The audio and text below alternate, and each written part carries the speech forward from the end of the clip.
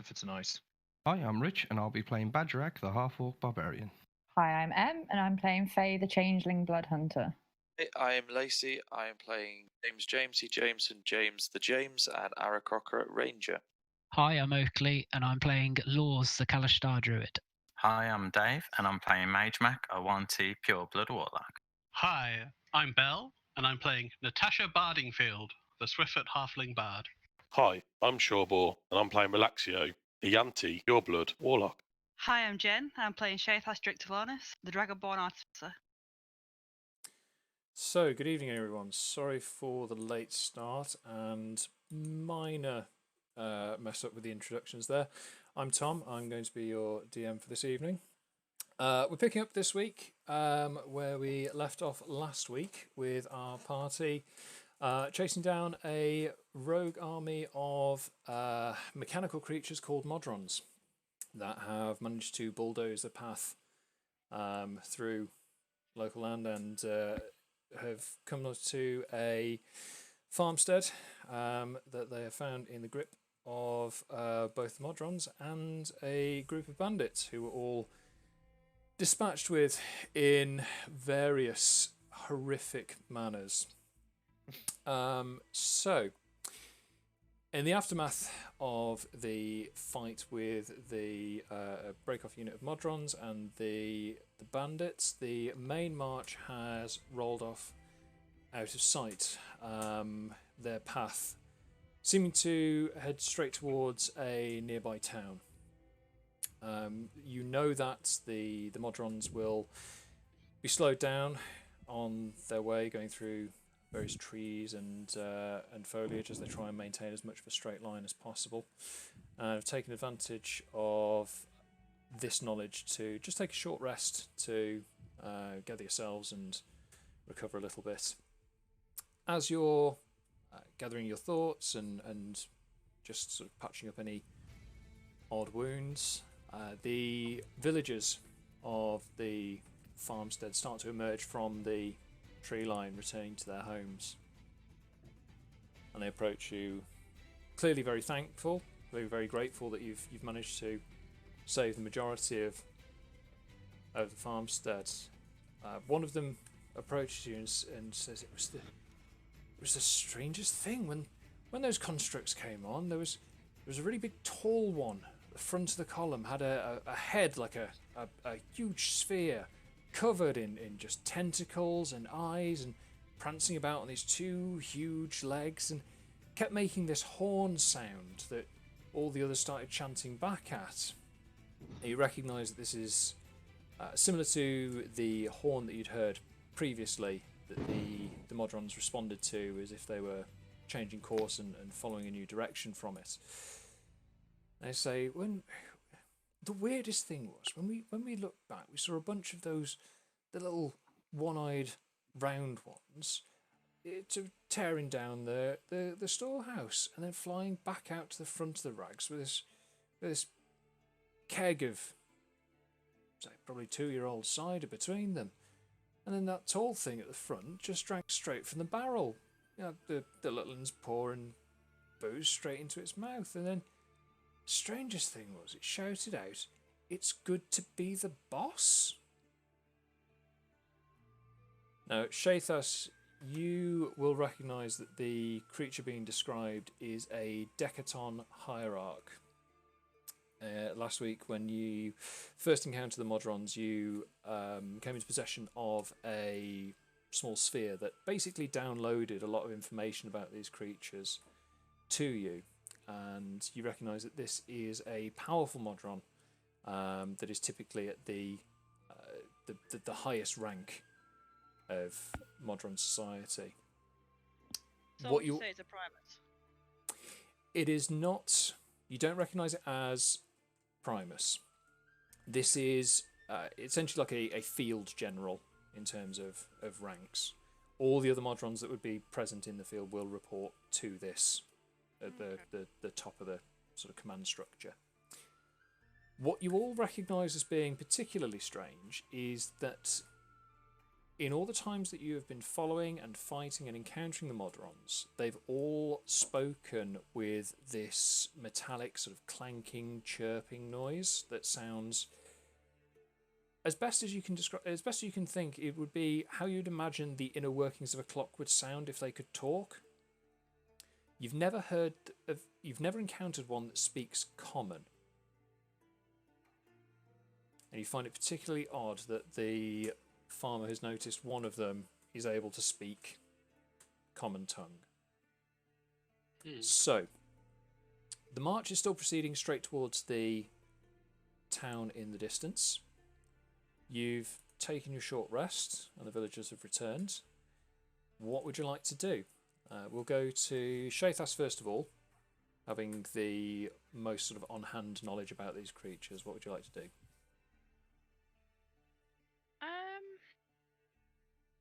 I'd like to question the villager that realised he was speaking normally. Yeah, certainly. What do you want to ask? The best pub is. Yeah, sure, if you want to ask that when it comes around to you. Shade. I want to ask, has he touched any spheres? Or anything that's dropped off any of them? Spheres? No, there was the ones that got beaten up when they fell down. They just sort of fell apart into little bits and then just turned to dust. We haven't got any scraps off them or anything. Certainly seen no spheres. There's been no objects or anything else like that's been lying around for a while that you've touched. No, nothing that we've come across. We were too busy trying to gather all, what we could carry and our families and getting out of the way. These things they seem hell bent on just going straight through us. Okay, I'm gonna have a look around. Okay. Bagerac, what are you up to? Looting the bandits that were still dead. Okay. Busy smushing. So the bandits that you've encountered have got a couple of large sacks that are basically filled with the loot that they've picked up following the Modrons as they've marched on. In total, there's there's a few bits and pieces of gold and quite a lot of sort of personal belongings. So there's like monogrammed handkerchiefs and a bracelets, some like cutlery, just bits and pieces, just sort of ephemera that it's clearly obvious that they've just kind of gone into the buildings or followed the path of destruction and just picked up anything they could that looked valuable, but is clearly not theirs. All tat. More tat and tat. All tat, yes. But obviously all of them bear some hallmark or indication that they have an owner, be it like I say, like a monogram on some clothing or just a family crest on a water jug, something like that. Something that would indicate that these are clearly personal belongings that were just kept around because they have sort of heirloom and sentimental value to the farmers. So I just take the gold and throw the rest on the floor, thinking it's absolute crap. Fair enough. Faye, what are you up to? Or we can come back to you. Shoving chocolate down. I was going to say there's a mouthful of food going on there. Do you want us to go? We'll come back to you. Finish your snack. So James, what are you up to? I am going to scout the area, see whether I can see what I can see by following the trail of destruction for I don't know, half an hour or so. I'm trying to think how long this conversation's likely to take. Okay, no worries. You just roll me an investigation check, and we'll come back to you in a second. Relaxio. Yeah, investigation. Yes. Yeah. Relaxio, what are you up to? Well, I picked up a rather 15, mate. So, rather long and pointy stick off the floor. And I'm currently following Bagerac round, helping in loot. while poking the bandits in the face. My stick. Fair enough. So Thanks for yeah, clarifying we'll allow you to continue following Bagerac. So you see the same thing that he does, is this bag of sort of personal effects and some gold. Just me and Relaxio go, this is shit, this is shit, this is shit. I'm not able to cut that. This is shit. Coming back to Faye then. Faye, now that you finished your snack, what are you up to? I'm not looking for anything in particular, but I just want to sort of, like, from where we are, just sort of look around the general surroundings. So I'm not going off too far like James is, but just sort of the general vicinity. See if I see anything. Do me a favour, make me a perception check, and we'll come back to you in a second. Okay. Okay, who else have we got? Natasha.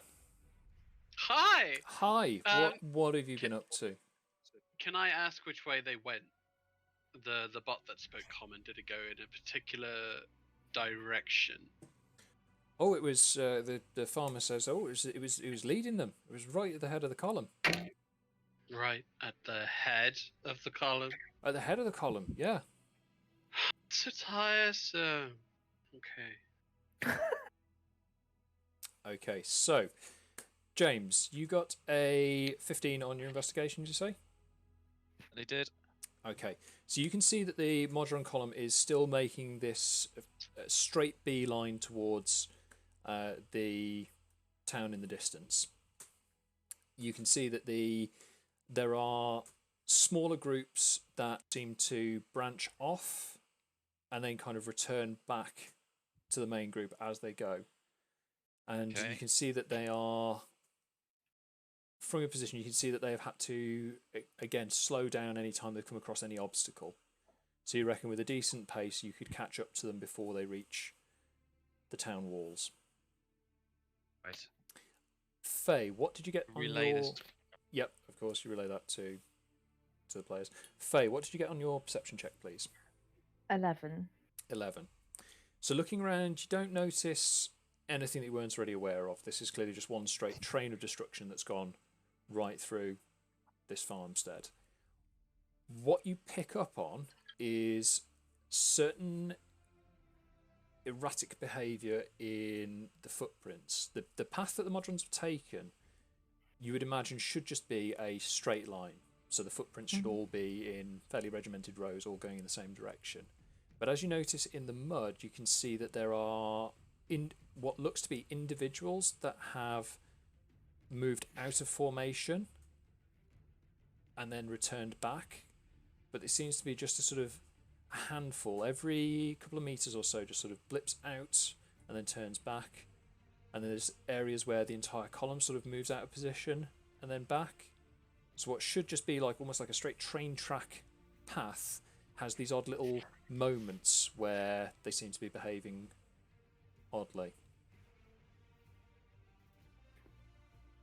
So with that all gathered, you can either question the farmers a little bit further, but they don't appear to know much more than they've already told you, or you can head off in pursuit of the Modrons. I think we should question the farmers some more. Of course you would. I'm joking. I was going to say Modrons. I've already started walking. Let's go on in. Can we have a look at the bits where they've avoided? Is there anything special about these areas that they've just all decided, nope? So going off of Faye's perception check, can you roll me an additional investigation check, please?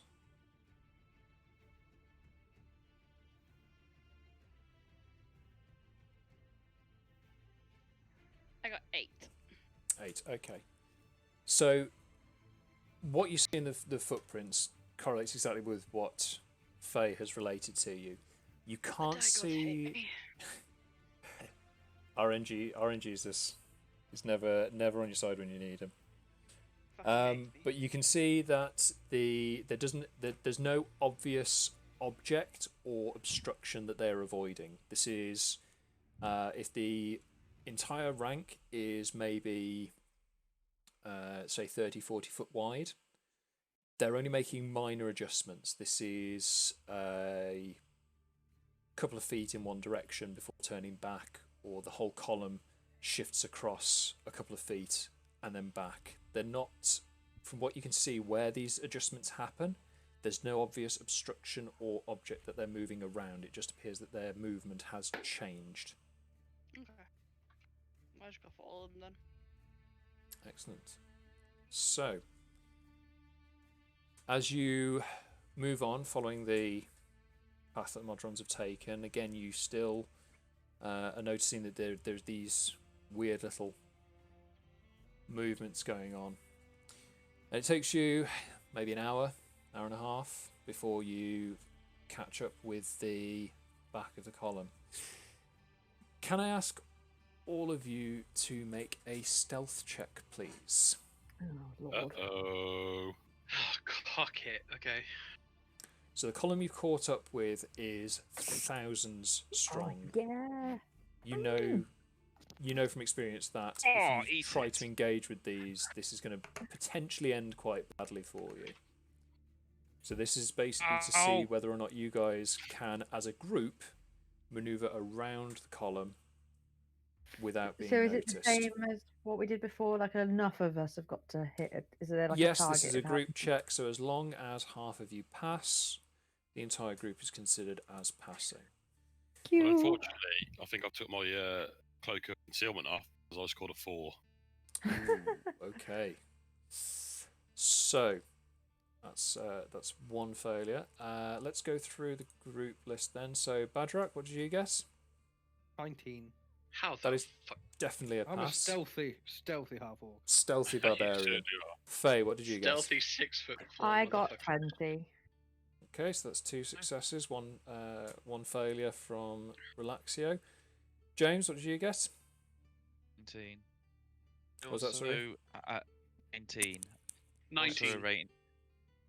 Also a ranger with forest as my particular terrain, so I don't know whether that helps. I would... Yes, I'll take that into account. No, it's not dexterity, but I get a proficiency. No, but it does mean that you bonus is are... doubled for intelligence and wisdom. Yeah, but I'd say that would give you a certain advantage moving through foliage. Relaxio, did you say you took your cloak off and you said you got a 4, was it? Yeah, I think I must have put it in my backpack for a moment. Okay, Shathas? Waste. 13.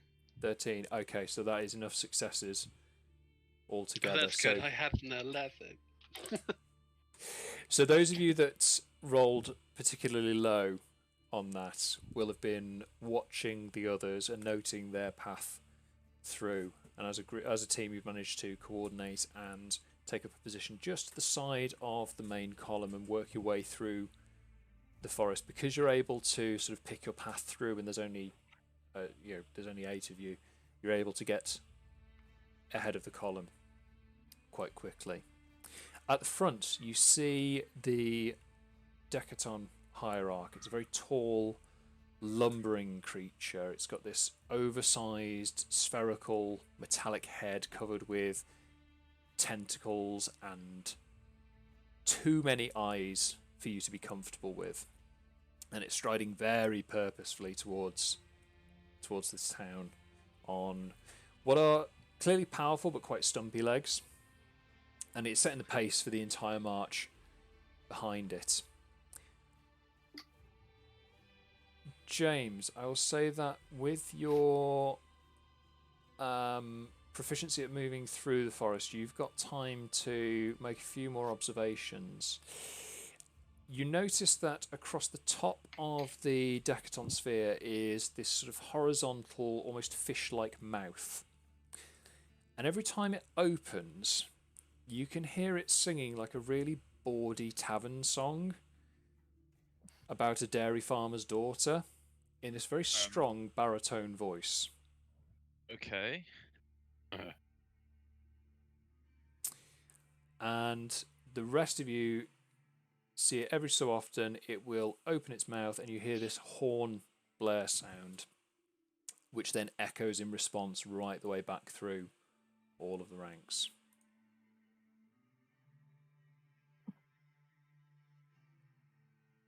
As you manage to fully overtake it, you've now got a couple of minutes, you reckon, before the main force manages to make it to the walls of this town.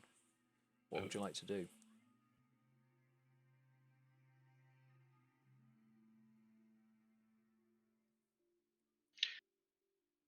So we've come to the tavern that's singing a bawdy tune. Natasha's definitely going to join in. So James will have noticed that the Decaton every so often starts singing this very bawdy tavern song. The actual army itself hasn't quite made it to the town walls yet. You reckon you've managed to outpace it enough that you've got probably, like I say, a few minutes or so to plan your actions before they get to the town walls. From your position, you can see that along the top of the walls of the town, the guard are on alert. They've clearly noticed something's going on there, and they're sort of readying weapons. You can see bows being knocked and sound the alarm then. Can I hear the song myself? Make me a perception check, please. Ooh, okay. Are there still trees and stuff all round on the way that they're marching? There's still trees that they've got to get through. Yes, yeah. So there's 8. Yeah, you catch snatches of it. Okay, so I'm going to try and work it out on the octopipes. I'm going to try and work out the tune that they're playing to the best of my abilities on my octopipes. Okay, that's fine. Bagerac, can I suggest 2 seconds.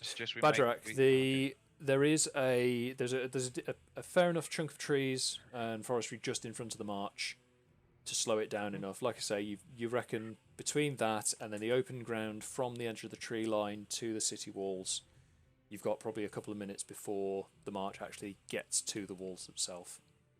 Okay. So, James, what are you saying, sorry? I was going to say, I think we should make like Scooby-Doo and split up. I can go to the guards and try and warn them, and maybe with carry Natasha with me. So if I take her with me, and hopefully her persuasion will alert the guards, and we can persuade them to evacuate. I presume there's more than one entrance to this place. Give me a second. For some reason, I've got your music really loud, and I can hear that more than anything else. I think we split up. I'll take Natasha with me, her to try and persuade the guard to evacuate the cities out of the ear or side exits or wherever else they can. And if we leave the rest of them, like Badger and whatnot, and this dude who keeps opening his mouth and shouting a bawdy tavern song, is he surrounded with people, or is he like out the front by himself? So the Decaton is at the front of the march, not miles ahead, but they are clearly leading the entire army and sort of setting the pace for how fast they're moving. Enough for a few rounds of combat, maybe, before the others can get into to view. If they come through that tree line, it's going to be the first thing out. Right. I'm wondering whether we set a bit of a trap for it. Try and drop on it. Just like a magic beam. I'm all for this. We just hit it with everything you've got, and then if the others go, just disengage and fucking scarper. I'm a talker, not a fighter. Okay, I haven't drawn my weapon in. That's exactly why you come with me to persuade. Okay, so how dare you touch me like that? I'm a lady. So James and Natasha, you're going to head off onto the city walls and warn the guard, yeah? Yeah, and I'm. Natasha, you on board with that? Natasha's voice. I suppose. Yeah? Yeah. Okay. You don't have to. Saying I'll try and do it myself. I just thought you'd be better at persuading them. Let's go. Cool. Okay. So you two take flight up onto the battlements. We'll come back to you in a second. The rest of you... an ambush, are we? I was going to say, the rest of you setting up an ambush? Yeah, sure. I mean, we could get Lours. He can turn into a bear or a wolf and try and knock some of them over. Yeah. I will be playing Lours. I'll be playing Lours at the moment as he is currently on a conference call and should be joining us shortly. Yeah, them druids got to get together every once in a while and have druids, a talk. man. We could try the fucking druid, dude. again. Druid I wonder Union. if you turn into a wolf, run and attack the Decaton, see whether you can draw some of the front line troops away by legging it into the forest, and then the rest of you. That'd be great, but you're already up on the walls at this point, so the plan falls on deaf ears. Yeah. Can I tinker with a couple of the scrap pieces that I've got and try and produce a visual effect of the Primus Telmus turn around. Ooh, interesting. Using my artificer tinkering. Ooh, You dirty tinker. you dirty tinkerer, you.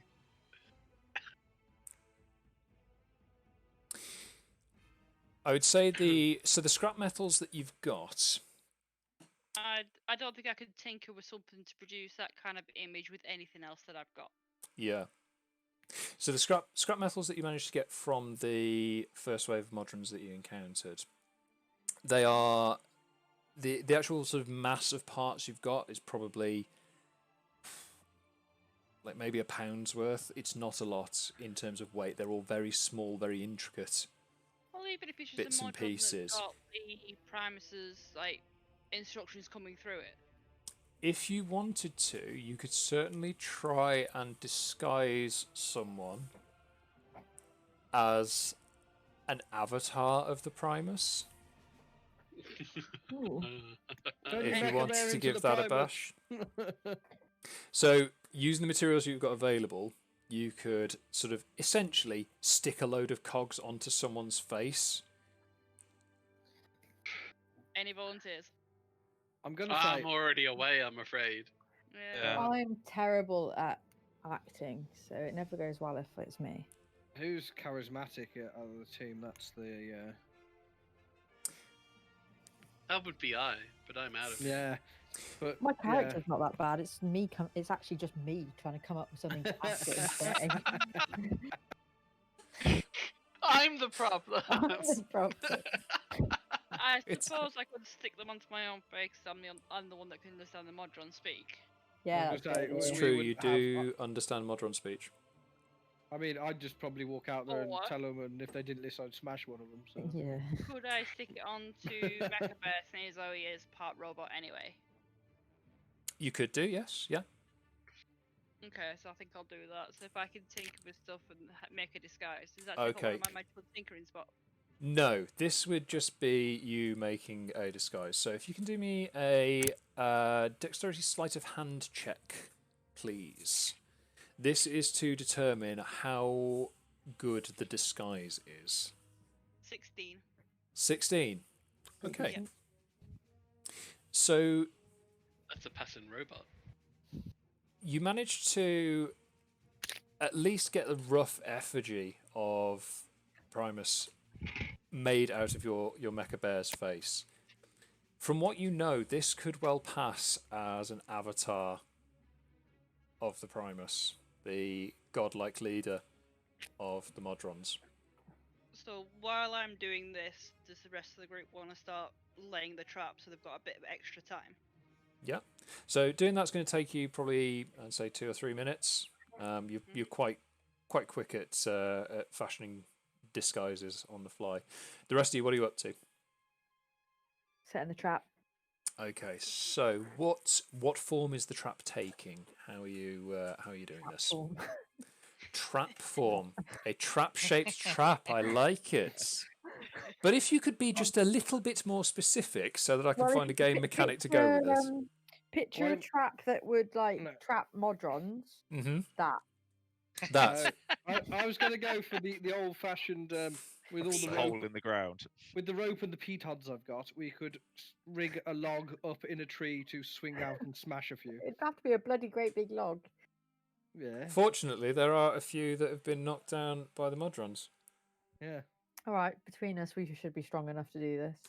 I could disguise myself as a rock, hide in front of them, and then jump out. I think we're good on that one.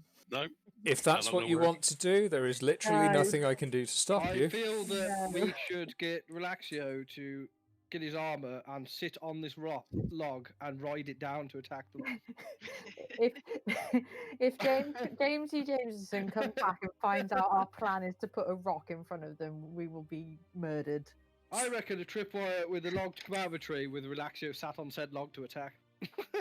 Okay. I'm So genuinely if we're disappointed that the little teddy bears can fight the Empire but you think you can't trip up a couple of robots. It is. I was going to say it is very reminiscent of that famous historical battle in the land of Endor, where the Imperial army managed to be defeated by the fuzzy natives. So Yeah. I'm going to Everyone knows need that the Care Bears a. have got skills. It's true. They're lethal. I'm going to need a series of checks for you to rig Yeah, up this okay. swinging log track. First of Right, all, we're is re- going we're to ready. be a. So who's participating in this? Oh, I good. think it's me, Relaxio, and Bagerac. Yes. Okay. The smartest of the bunch is all of us. Laws and they're watching. Laurs The most and switched on. Laurs and Magemak are here really just for emotional support. Yeah. So, first of all, I'm going to need a group strength check, please. I will Okay. roll for Laurs and Magemak. I got 24 with a nat 20. Fucking hell. Oh, damn. I got 19. I got 16. And Laws got an 18, Magemak got a 9. So, Badger, why between do you, you have a higher stealth than strength? it's not Your important right now. modifiers. I'm a Okay. sneaky It's- barbarian. It's not important as to why Bagerac has impossible skills. So, you managed to select and pull across a decent-sized log, which you reckon could take out a fair swathe of them. Next, I'm going to need a dexterity. This is either going to be your choice of dex, sleight of hand, or athletics check. This is going to damn. represent you prepping and priming the trap with various ropes and bits and pieces. Well, I have a far. No. On mine, I have a higher sleight of hand than I do an acrobat. Is it acrobatics Or or athletics. Athletics. So either dex, sleight of hand, or strength athletics. Your choice. Mm. 20. Oh, Bagerac, look at that. What did you get? Sorry, I've got 20. 20 from Bagerac. Faye. I've got +7 and I only managed to get 10. Okay. Relaxio. I'm just doing it now. I got a 20. Okay. Laws also got a nat 20 on that. Magemak got a nat 1. Don't even need me here. So again, between you managed to lash this log up into a position using various ropes and vines and bits and pieces from your backpacks to set the trap. And then finally, I'm going to need a stealth check from the group to lie in wait and prepare to spring the trap. Without Do you need this giggling. from me as well? We will come to you in a second, as your plan is to impersonate a god. 16. 17. Right now, before I do my roll, if I score higher than a 17, I'm getting on top of the log. Okay, I'll allow it. I'll allow it if you beat a 15. Oh, I got a 10. Oh, Couldn't make it up there. So Relaxio got a 10. Faye, what did you get? Sorry, 17. 17. Bagerac, 16. 16. Magemak got a 13. Laws got again a nat 20. Oh my god. Fuck Oakley, don't bring him back. So with that, Laws not only manages to hide himself, but also manages to yeet Relaxio up on top of the log. I'm on it. So the trap is set. Now, bear in mind, Cast your armor. bear in mind, you are aware of Shathas's plan to try and convince them of something before you spring the Yes. trap. That's why I'm on the Okay. log, because I'm going to pull the rope rather than a trip rope. Yeah. Okay, Oh, so Team Ewok Village, we're going to leave you for a second and go up onto the battlements where James and Hi. Natasha have just landed to be greeted by a bunch of guards drawing swords at you. Wait! We come bearing. That's terrible news. It's terrible news. Explain Warning. yourselves quickly. Robots out in the forest. They're coming here. Guys. They ain't gonna stop. They're not gonna stop. Oh, brilliant. Is that what's causing the trees to fall down? Yeah, what else would it? We had no idea. We've pulled all of the nearby farmsteads and It was a villages. surprise to me as well, let me tell you. We've pulled everyone let's inside the go. city walls to try and protect them. Man, Confused. your battlements. Are you Irish now? Who knows? Okay. How many are there? You know, Thousands. thousands. I'll Okay. decimate this village if you do not empty it quickly. I wouldn't say decimate. It's just like stomp it into the ground. So now that you're on top of the battlements, you can see that this is a medium-sized town. It's got decent, thick stone defensive walls running right the way around. There's various With guard two posts. Cs? Thick with 2 C's, which stands for Oh yeah. cubic centimeters. The battlements are lined with a fairly decent complement of guards. There's various guard posts around the walls with portcullis and drawbridged gates. There are, or rather just portcullis, sorry, there's no moat. The gates themselves seem quite sturdy, and the walls, like I say, they're a good couple of feet, so 10, 15 feet thick of just solid stone on there. So you know that what you're dealing with is a well-defensible position, but you've no idea how long it's going to last against an army of thousands. I think it would hold up little robots smashing into it. Make me a... Oh, what's it going to be? You've got a background... Soldier, if that's any help. I was going to say you've got a background as a soldier, haven't you? Yeah. Make me a history check, please. With advantage? Sure, why not? Persuasion. That's me. But that's what I do. I persuade.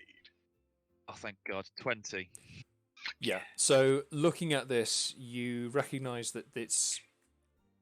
First of all, the construction is a mixture of different styles, but you recognise elements of dwarven construction, human construction, occasional just sort of random affectations that almost imply either... You can't quite make out whether it's like Elven or Goliath, but there seems to be some extra element to these. From those the dwarven bits at the bottom. From those bits and yeah, the dwarven bits are just for like the first 5 feet, and then above that it becomes different. They just can't reach. The foundations are solid at least. Yeah, they have trouble with heights, but from that you can determine that these are among some of the strongest defenses that you've seen in a long time. Right, so what we need them to do is just pull up the gates, basically. I still think they should evacuate children, but I'm not sure. Is there anywhere that they would be able to evacuate to leave fighties? Yeah. The guards basically inform you that they've moved as many of the more vulnerable citizens down into sort of cellars and basements, and picture Bagerac. Well done, Bagerac. You've drawn a lovely... For those of you listening on stream who can't see the video feed, Bagerac has drawn a wonderful illustration of Relaxio riding the log, as rendered through the medium of stick figures. It's not even the biggest thing he's ever rode. We'll get a photo of that for later. So the guard informs you... The guard informs you that they've basically moved all of their more vulnerable citizens into places of safety within the city walls. And anyone who is capable of fighting has been mustered to arms. Alright, I'm going to leave Natasha there to explain the situation, and seeing as I now know that the gates are sturdy, I'm going to make my way back to everybody else as quickly as I can. So you're going to leave Natasha up on the walls? She can talk her way out of things if things go south, but it sounds like she's going to be more affected there than she would be trying to run after us by running away from them. This bitch. Yes. You hear this shit? Want me to stay, Natasha, or are you going to be alright? No, you can go. Be gone. Sure? I don't mind carrying you back to the enemies and dropping them. No, it's fine. Be gone, man bird. Let me deal with the guards. On the way down, I don't mind. Cool. I'll do that then. Okay. So, going back to Team Ewok Party Village, the Modrons are starting to make their way towards the edge of the tree line now, and as they come forward, the Decaton at the front is... Shathas, can you just make me a quick perception check, please? Okay. Do you need to take into account that the Mecha Bearer's passive perception is 14? The Mecha Bear's passive perception will help it to identify threats, but not what we're trying to do with this check. Then that's fine. So the Mecha Bear's perception is basically like its sort of alert sense, Okay. so it can't be. It's very difficult to sneak up on it. Okay. What your perception is for is to. You have no recollection of a Modron strutting, Left a bit. but this Bagerac. Modron is definitely strutting. You've never heard them. You've never, in the information that you were given, you've never come across them sort of expressing any kind of like ego or sense of self-importance. The Decaton is marching forward with like a real cocksure attitude to it. Its tentacles are kind of like swinging, and it's got a bit of a bob going on. Like it knows that it is the Don right so now. would you say that its swagger is on point with Natasha's? Its swagger is, if anything, slightly more than Natasha's. Oh my. Yeah, Be only one. powerful swagger game going You're on right fucking now. lying. Let me. Okay. Okay, So so basically, it's got an ego that we can use against it. So if we definitely got an ego. so if so we were you- to flatter it, You could certainly try. Bear in mind, you have still got Mecha Bear trussed up as an image of their god. okay.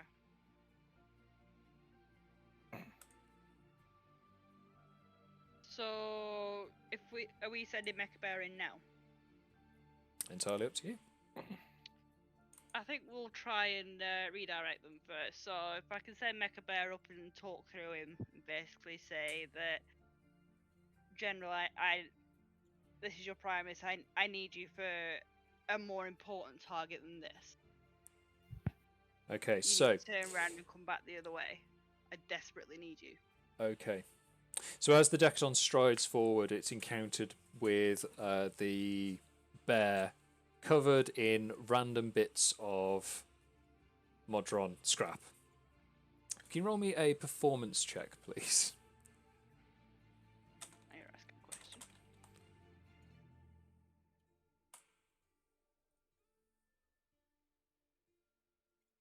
I got a 2. A 2. I got a 2.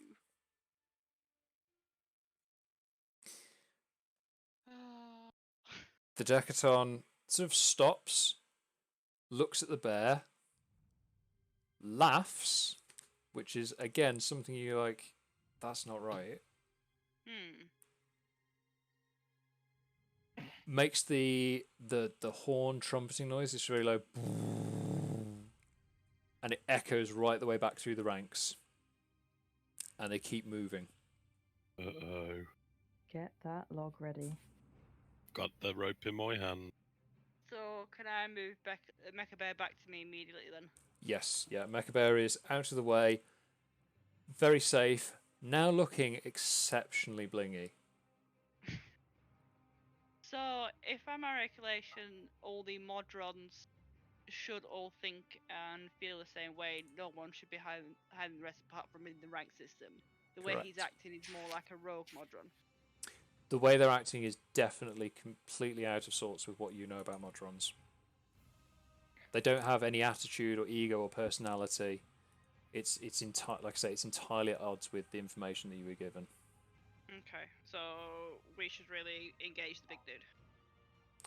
You can certainly try. You can either try that by yourself, or if you want to relay that information back to Team Ewok Village before you start, it's up to you. I'll relay everything I've learned back to the Team Ewok Village.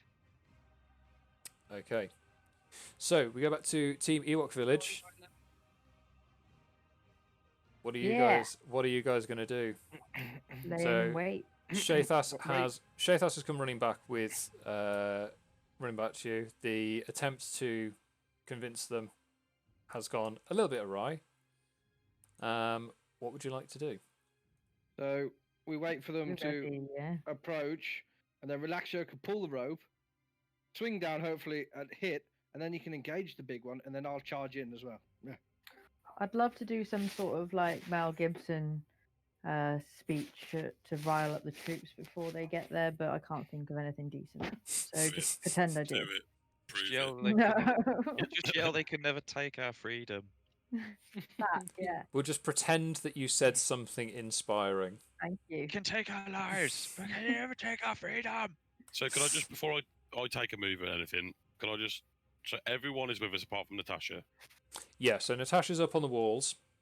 I'm back James now. James is making his way back to you. Shathas has tried to convince them and has returned with a very posh-looking mecha bear. You guys have got your trap ready. We're laying in wait. And we're laying in wait, ready to ambush as soon as Relaxio engages said target. I'm just waiting for the nod, my friend. Yeah. Oh, it would be right. You'll see them. Won't they need to be almost underneath you before you let go? You want to wait till the last second, don't you? You know this is a guy that brought a Weatherstone. Yeah, I regret everything. As you're discussing this, the front of the column is now mere seconds away from the point at which you'd be able to spring the trap. Wait for it. So I'm going to pull my sickle Hold. out, my fang, Yep. the rope in my other hand. Yep. Draw. I raise the sickle in the air and I shout, by Release. the power of Grayskull. I was expecting you to say, like, by the power of Purple Skull or something. Yeah, we're definitely I'm not going to get surprised. sued there. That's fine. You mean not by the It could be power? worse. It could be worse. I could shout, I have the power. It's not by the power of my shulk. And at this point, I'm going to pull the rope. I'm doing it. Go. Okay. As you spring the trap, we'll slow-mo this down for a bit. Shathas is immediately impressed that you bumbling group of idiots managed to construct something that looks both professional and lethal. James, as you're flying back, you see Relaxio swing the sickle behind him to cut the rope and then raise it up in the air and start swinging it around his head as the log starts to swing down into the front line of the Modrons. It's missed. This is going to miss the lead and just hit the ones behind it. Yes. No, this is to hit them all. As I'm it asking, swings through,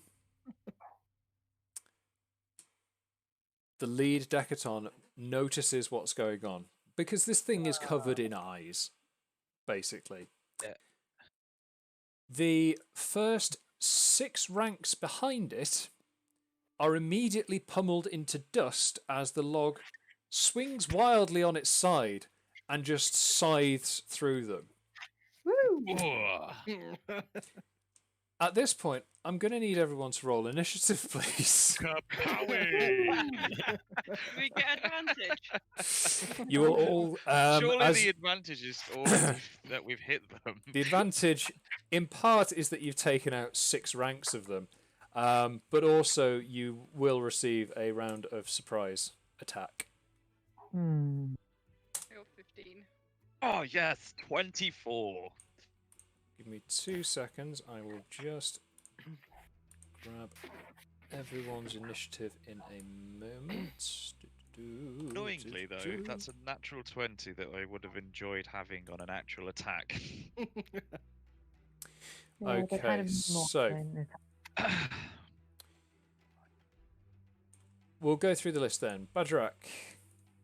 13. 13, thank you. Faye. 11. Excellent. James. 24. 24. Lours, I forgot to roll for. Lours got a 4. Oh, God. Not here, and the dice hate him. Magemak. He did well up until now. Magemak got a nat 20. My God, I think that's the We didn't first get those one. rolls Which means the I got wrong a way round. 19. No, Do you remember? Yeah. He's got a minus. Yeah, he's got a -1. Yeah. -1 initiative. That's That's insane. Natasha. Hi, I got an 8. You got an 8. Is Natasha there? Natasha's will be part, there by the time Natasha's the battle part of the initiative. Okay. Relaxio. 14. And finally, Shathas. 15. 15. Okay, just add those in. And grab Mecha Bear. Mecha Bear. Mecha Bear is the fucking best, and he's got a load of shiny shit on his face. Mecha Bling Bear. Mecha Bling Bear gets an anime intro full of sparkles and static animation. Nani, Cool. Katsura, Kateri, Katsura. Yes. Squid Pro Row. Mi amo T-Bone, Las Araña Discoteca. So, La biblioteca. first up then, we have got James. So, as you're flying in, you've seen this log sweep through and take out just a swathe of Modrons and just pummel them to dust, with Relaxio riding it and giggling like a loon. At the front of the group, the Decaton has kind of whistled an alarm, and you can see that there are a couple of units starting to move out of position now, along with the Decaton. One of the Tri-Drones that you'd encountered before, which is like the sort of upside-down pyramid-shaped ones, and one of the larger boxier-shaped Quad-Drones are now moving alongside it. So, what would you like to do? Am I close enough? Presuming I'm flying, so I've still got my You are still airborne, yes. Right. Oh, and I draw with my sword. Am I close enough to dive and attack? You are close enough to go full Brian Blessed. Just like dive Daddy and taught you. attack. No. Scream, there can be only one, and dive down. Cool. And which one are you attacking? The Dodecahedron. The Dodeca bastard. Okay, if you could... The Decadent. The Dodecalicious. If you could roll me an attack roll, please. The Diplodlicious. The Diplodopladicadus. 24 to hit. 24 was that, sorry. Yes. Excellent. Yes, that definitely hits. Roll me some damage, please. 7. 7. Yeah. Cool. So as you swing down, you manage to lop off one of the tentacles sticking off the side. Okey-doke. I will do the same thing with my other sword. Yeah, roll again. Elbows. 8 to hit. And that one goes wide. The momentum of your dive attack just kind of throws you a little bit off because you haven't been outdoors and able to use it in a while. And it just doesn't quite hit. So, Okay, bear with me a second. I'm trying to remember if I've only got one action or two. well, 2-weapon fighting counts as a bonus action. Oh, I know that. It was more, I was wondering whether I've got second attack, but I don't think I have I? No, you don't know. Anyone gets that till level 5, do they? Yeah. Okay, so next up is Magemak, who is going to run with his usual trick of firing an Eldritch Blast into the crowd. And they whiff it. Whiff. Unfortunately, yeah. Standard Magemak. Magemak hasn't quite warmed up his snake staff yet, so he gives it a bit of a long, tender rubbing to Big bird. really firm Shall it I up. first? And then decides to just chill out in the background. Next up, Decides then something we different. have got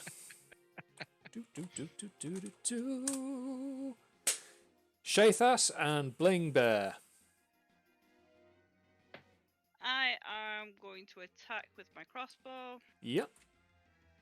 I'm probably miss. Oh yeah, I got an 8. An 8. Oh yeah. Oh yeah. Oh yeah. The Canadian 8. So the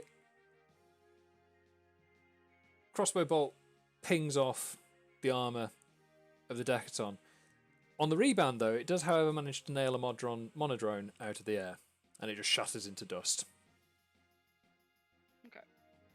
And I'm going to attack with the Mecha Bear. Yep, go for it. It's a nat 20 to hit +4. Ooh, okay, so this is crit territory.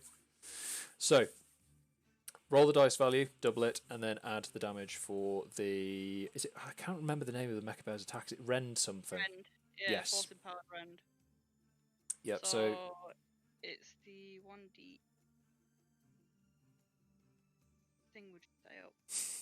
Raising. 1d8 +2. So you roll 1d8, double it, and then +2. Oh, fuck's sake, that got an 8. So 16, 18 to hit. Oh, 18 damage. 18. God damn. Yeah. So, as the Mecha Bear bites a chunk into the Decaton, it rips off a decent chunk of tentacle and one of the panels, including one of the eyes. And you hear it just go, "Ow!" Again, not a known Modron noise to feel pain or respond to it. Cool. Relaxio, you're up. Yes. Bagerac's on deck. I'm going to cast Armor of Agathis, please. Cool. And so I'm casting that. Yep. And then I'm going to move towards my team because I believe at the moment I'm behind Enemy line. enemy So lines. yeah, so you've we'll say for the purpose of simplicity that you have swung on the log across the ranks of the Modrons. The log has then twisted and come back through the gap. Narrow end on, so you're now with your team. Okay, so I've just cast Armor of Agathis, and then I'm going to stand behind Badger. There you go. Cool. Badger. Do me a favour, can you just make me a quick acrobatics check? I just want to see how you dismount the log. Oh yes, I certainly can. Backflip. Yeah, going for a backflip. He licks the log and gets off. 7. Yet again, I'm not very good on my feet, like a cat. Yeah, you kind of stack the landing a little bit, but you're fundamentally on your feet. It's just not quite as cool as you'd hoped it was going to be. I was going for the Spider-Man drop, but yeah, so you try to do like your 3-point hero landing, but your face goes into the mud rather than your forearm. Cool. So Bagerac, you're up. Faye, you're on deck. Yep. Wow, so excited that my trap worked, obviously, because I'm the smartest person alive. Oh, yeah, With so a great. Full on rage and charge the trap? the Diplodocus thing. So you're going to rage and charge the Diplodocus. That's the one. Okay. Can go for it. Excellent. Go So for we it as soon as I can. so we're going in with the Morningstar, are we? Of course. Okay. It's impressive. to smash things. Relaxio. Hey, better He's swing. already there, and he's for. No, he came back and went behind you. I was hiding behind you.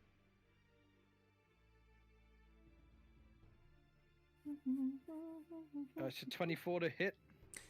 That definitely hits. Is that a nat 20? No. What is with the rolls this evening? I don't know. Bagerac's got some. Don't question it. Do not question RN Jesus. It's 9 damage. 9 damage. That with your with all of your bits. Did you just roll terribly there? Yeah. Yes, I rolled a 3. Oh, okay. Lours has joined us. He's back. He can take control of his time. character. Yay. Excellent. I told you. Just so you know, I totally rolled you in character. You're lowest on the initiative order, so Yeah. let's go with this. Cool. So, so Bagerac, as you bring the Morningstar in, you bash a decent dent into the side of the Decaton's armor. So next up we've got Faye. I would like to cast Crimson Right.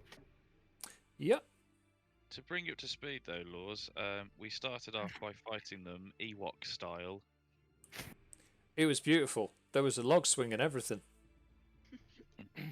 Great, I got 4. So Bagerac started screaming, "Jeb, jeb." Which is not the sex act it sounds like. 4 damage. Am I on 28 hit points? I swear that seems higher than it should be. I have more health than I remember. I swear I wasn't on 28 unless it's taken. Oh, I don't know. Yeah, so I've taken 4 damage. Gonna cast that on one of my sickles. How many of these things are there? Is it just that decahedron guy? Or... There's 3 of them. There's a box drone and a dry drone. So, What? sorry, I thought you were really confused by your own dice for a second. So, you've got the... It's like, how many of these? There's like the pyramid one, and there's the roundy one, and then there's the one that says fuck you all the time. So, enemies-wise, you've got the Decaton drone, the big sort of spherical one with the thick double C legs and the tentacles and eyes. You've got a tri-drone, which is one of those upside-down pyramid-shaped ones that you saw last time.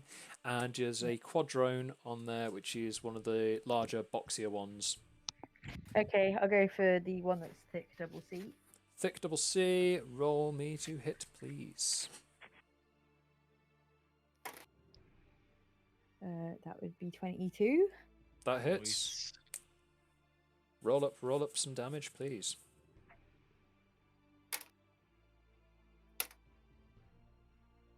9. 9. And then sickle number 2 is 25. That also hits, yeah. So the first sickle goes in and manages to get one of the eyes, which you expected it to kind of like burst, but it sort of shatters and then just leaks fluid. Nice.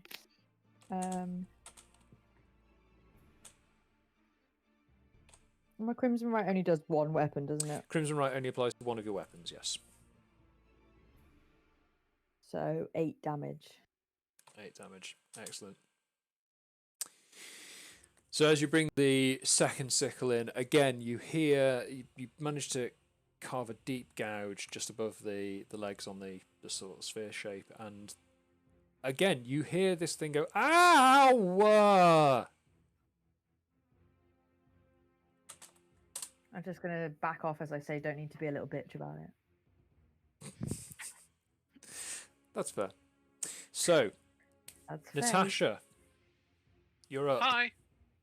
Okay, so where am I? So you are, from your position, Mm-hmm. you can see the front of this fight going on just beyond, it's literally just coming out of the tree line. Cool. However, surrounding you are roughly half a dozen guardsmen with longbows. Okay. Maybe inspire them to maybe shoot. It's my turn.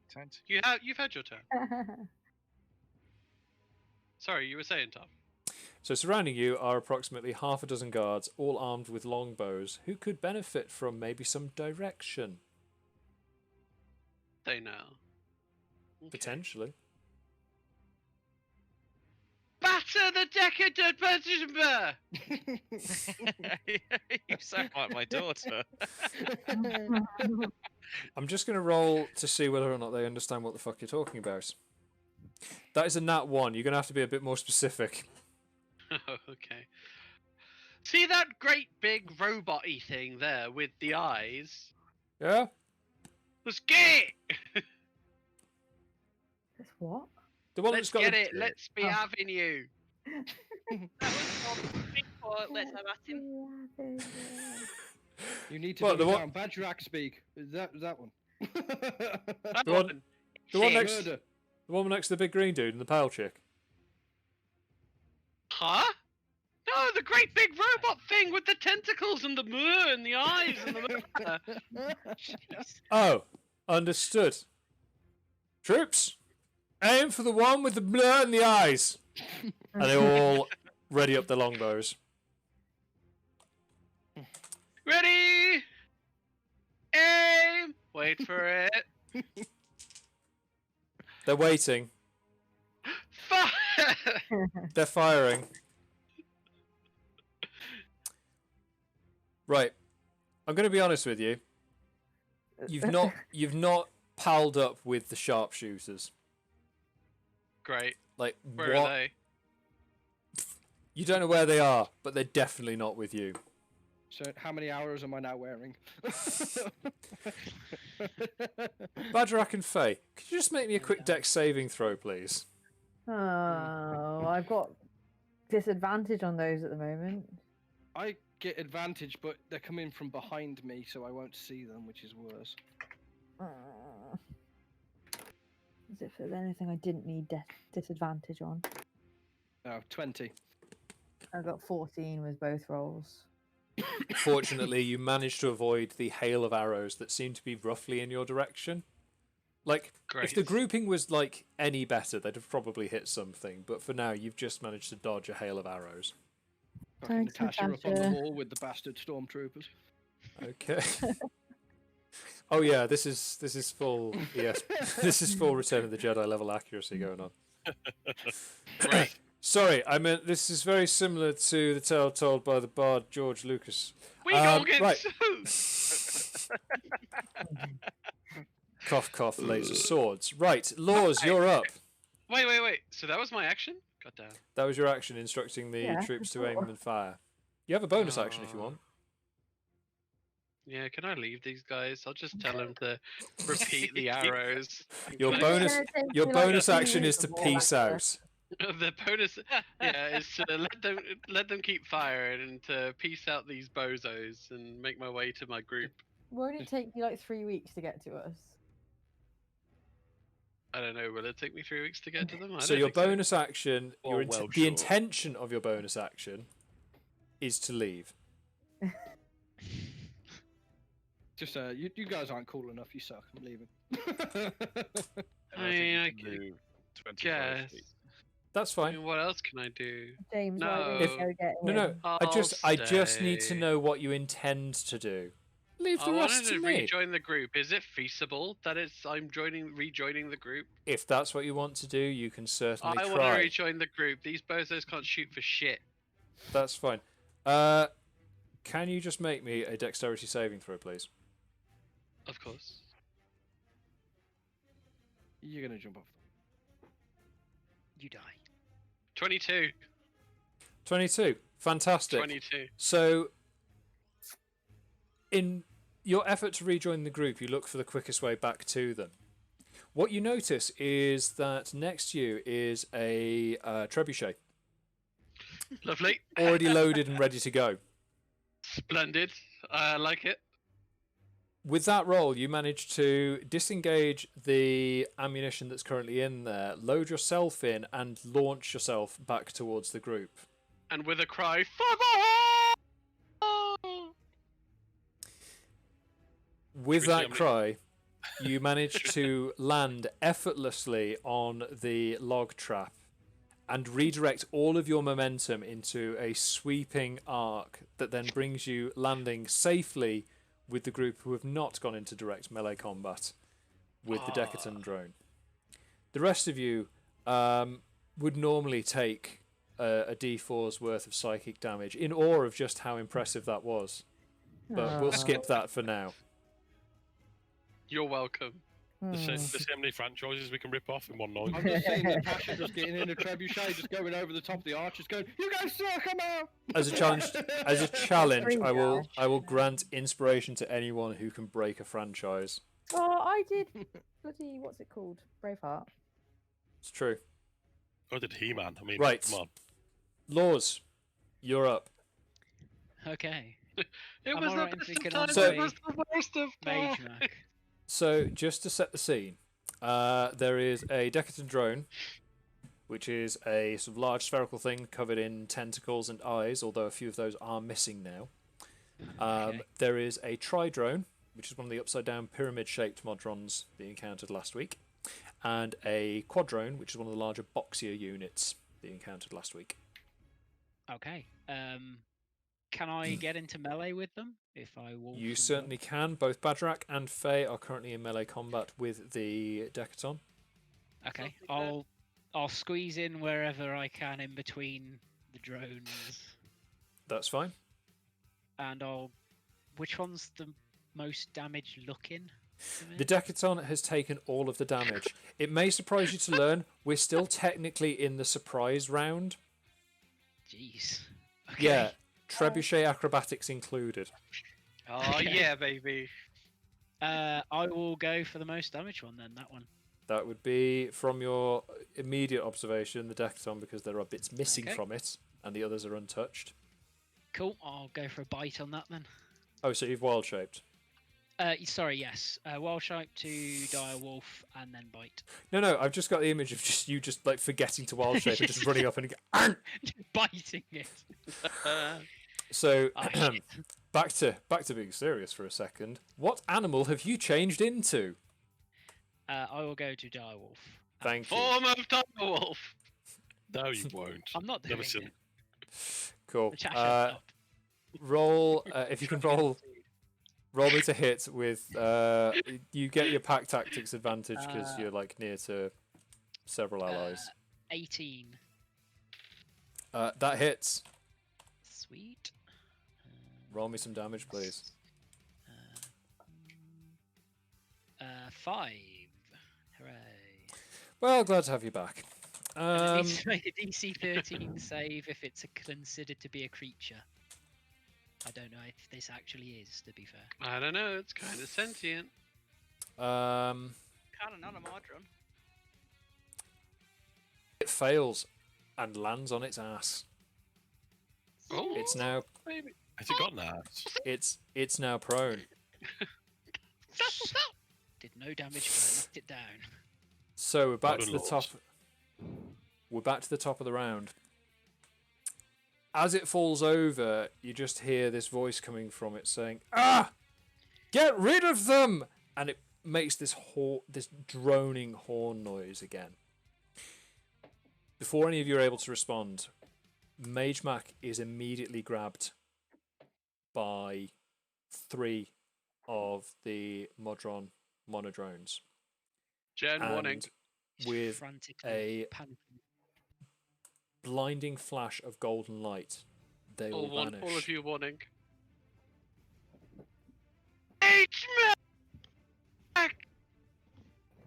It's all right. Discord managed to block out most of that pain scream, but if you can record it, we'll put it back in during the break. Cool. That'd be great. But don't worry. I felt your pain.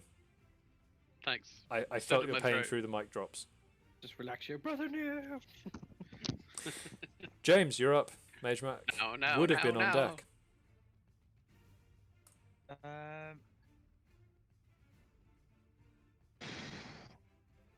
Jun-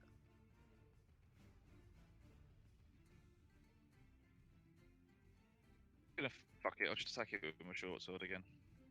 Fair 5 enough. to hit. Then damage. What was it to hit? Sorry, 25 to hit. 25. Yeah, that hits. 7 damage, and I will take this as my roll 1 d8 because it's below its maximum hit points. So there's an additional 6 damage for that. I'm going to attack that again. Ah shit, 13 to hit. So, the first sword strike comes down. As it does, and it makes contact with the sort of sphere part of the Decaton, you see almost like this sort of shockwave kind of ripple across the entire sphere. Okay. As you stand back, you see that the sphere itself kind of disengages from the legs and rolls away. As it does, this shimmering continues to go on, and where it stops rolling is a blue-skinned humanoid holding up its hand saying, "Please, please, stop, stop, stop, I surrender, I surrender." Oh. Who are you? Who the fuck are you? Are we still in initiative? We are out of initiative now. I say we As smush him. the Decaton falls apart, the entire army of Modrons stops moving. The Tridrone and the Quadrone that you'd seen step out of line, sort of turn to face each other, walk towards each other, and then kind of merge into one entity. You see the sort of almost metal and pseudo-organic parts kind of almost turn to liquid and move over one another, and they form up into a brand new Decaton in front of you, the parts shifting and maneuvering into the various positions. How big's this little shimmering dude? About the size of a human. I pick him up and carry him over the fence, the stone wall thing. You certainly can, yes, yeah. So before he has a chance to answer Faye's question, you've picked him up. No, and I'm not carried doing him that. I over. just want to see. I want to see whether I'm capable of doing it first. Yes, you I will don't be. want to necessarily. So are you carrying it over the wall? No, I'm going to let Faye finish talking first. Okay. The creature just sort of stands up and goes, this entire thing being controlled, it's nothing to do with me. My name is Valence. I am just an innocent bystander. Sorry, your name's Millicent Bystander.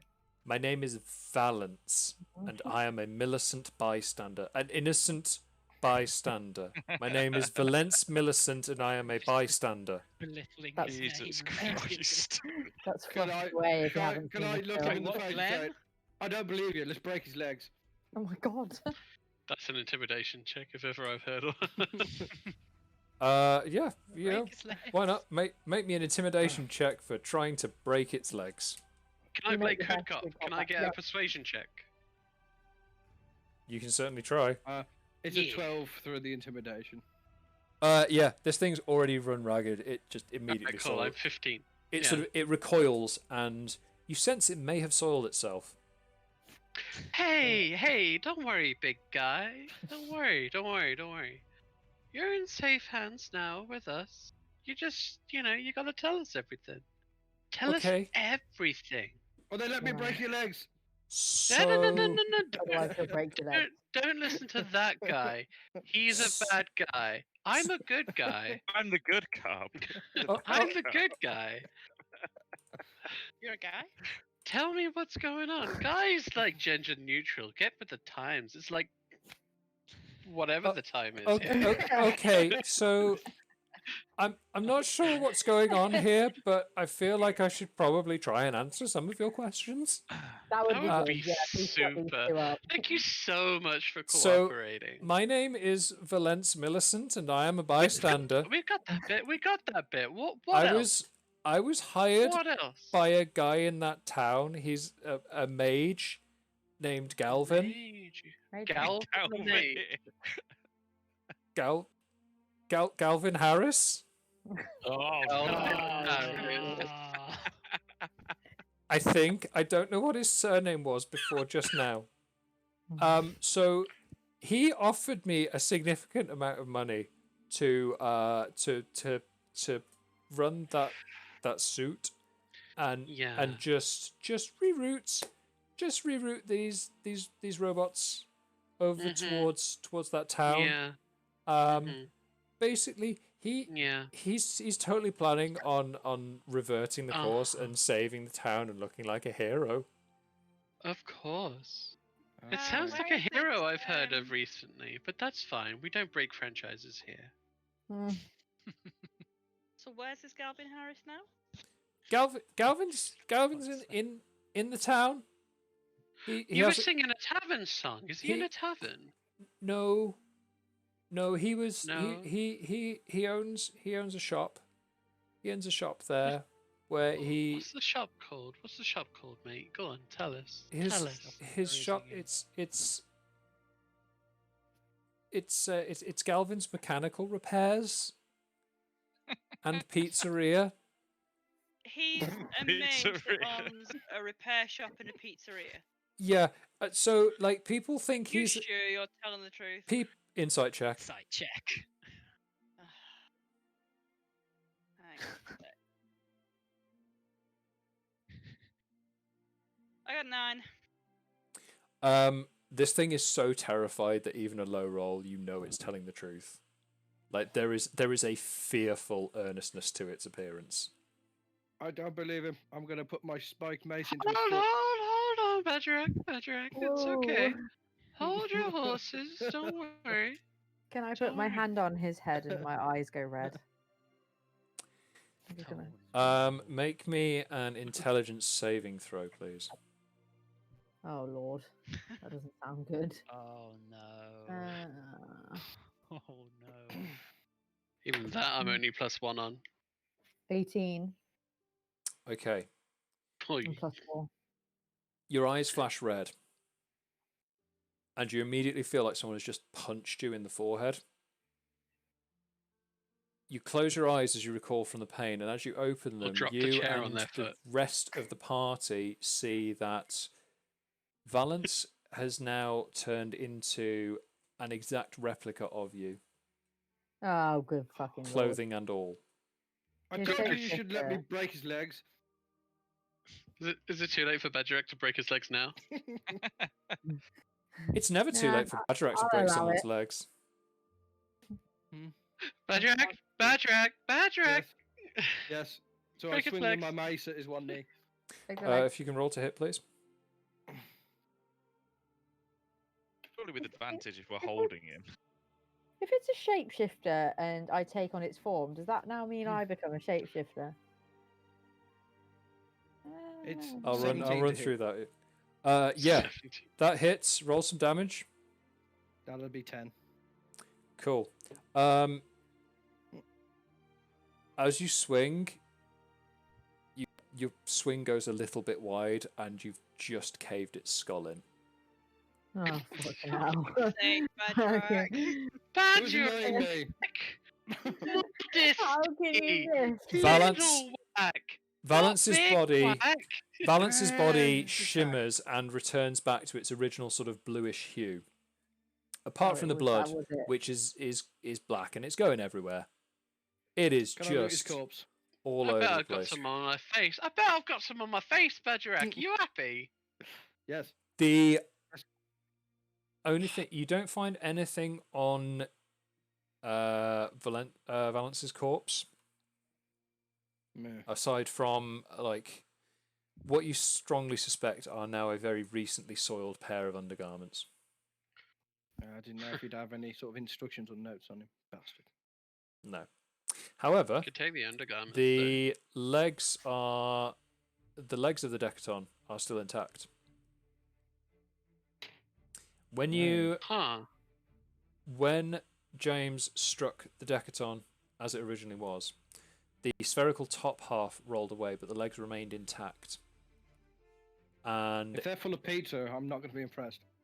No, but what you do see inside is a maker's mark, which says Galvin's Mechanical Repairs and Pizzeria. I mean, someone else will have to read, but yeah. Does anyone have proficiency with Arcana? No, I have semi. I have a +4. I have advantage. I have +2, but not proficiency. Okay.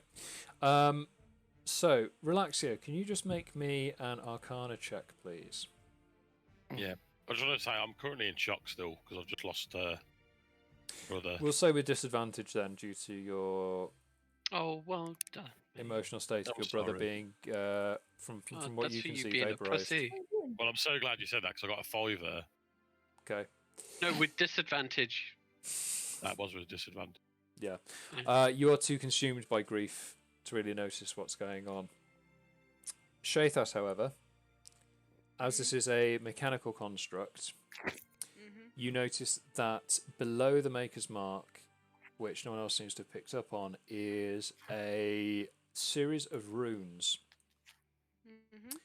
which you can't tell specifically what they're designed to do, but you recognise the sort of form and shape of them is for a spell which involves vision and distance. Okay. To try and cheer Relaxio up, I get him to come over to the corpse, put his pointy stick in his hand, and physically grab his hand and make him poke it. Okay. whilst this is going on, the newly formed Decaton approaches you and tries to work out, it's sort of looking back and forth between all of you. And it makes a mechanical noise. Again, it's that Modron speech that you've heard before. Okay. Shathas, you understand completely what it's saying. And it just from your understanding, it says, "Would it be easier if I spoke common tongue?" I tell it yes. Thank you. You can now all understand it. Hello. I am Unit 12. I am Modron Unit designated for communication with races during the Great Modron March. We apologize for the inconvenience that has been caused by this disruption in our programming. The error has been rectified and we will return to Mechanus.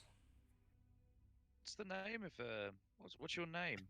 I am Unit 12. That is my designation. Not B. Yo.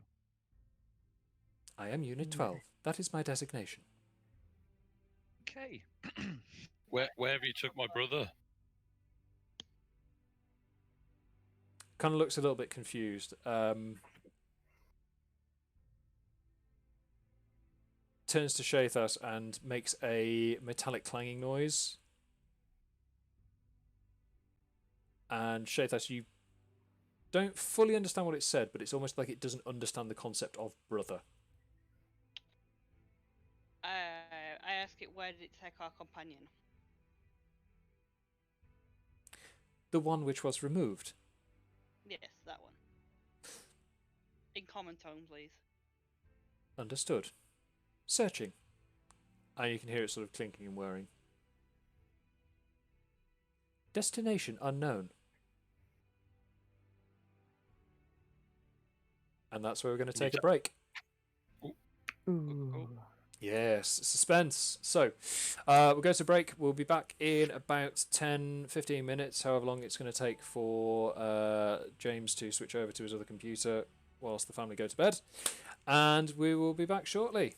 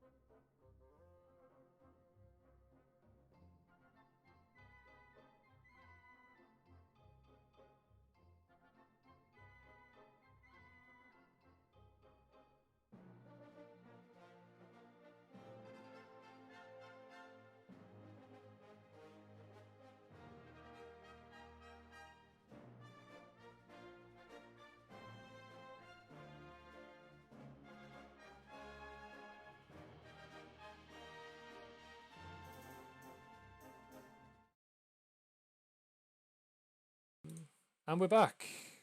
Okay. Hope everyone enjoyed the break and Bagerac's lovely artwork we had going on there. Right. So then, picking back up, you are still just outside the walls of this town.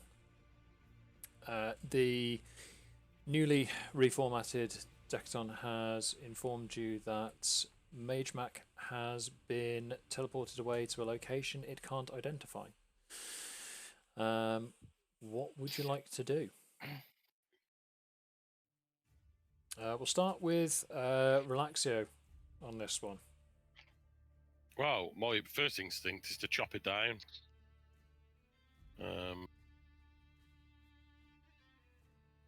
But I will say at this point the entire march has stopped and this Decaton appears completely non-hostile to you.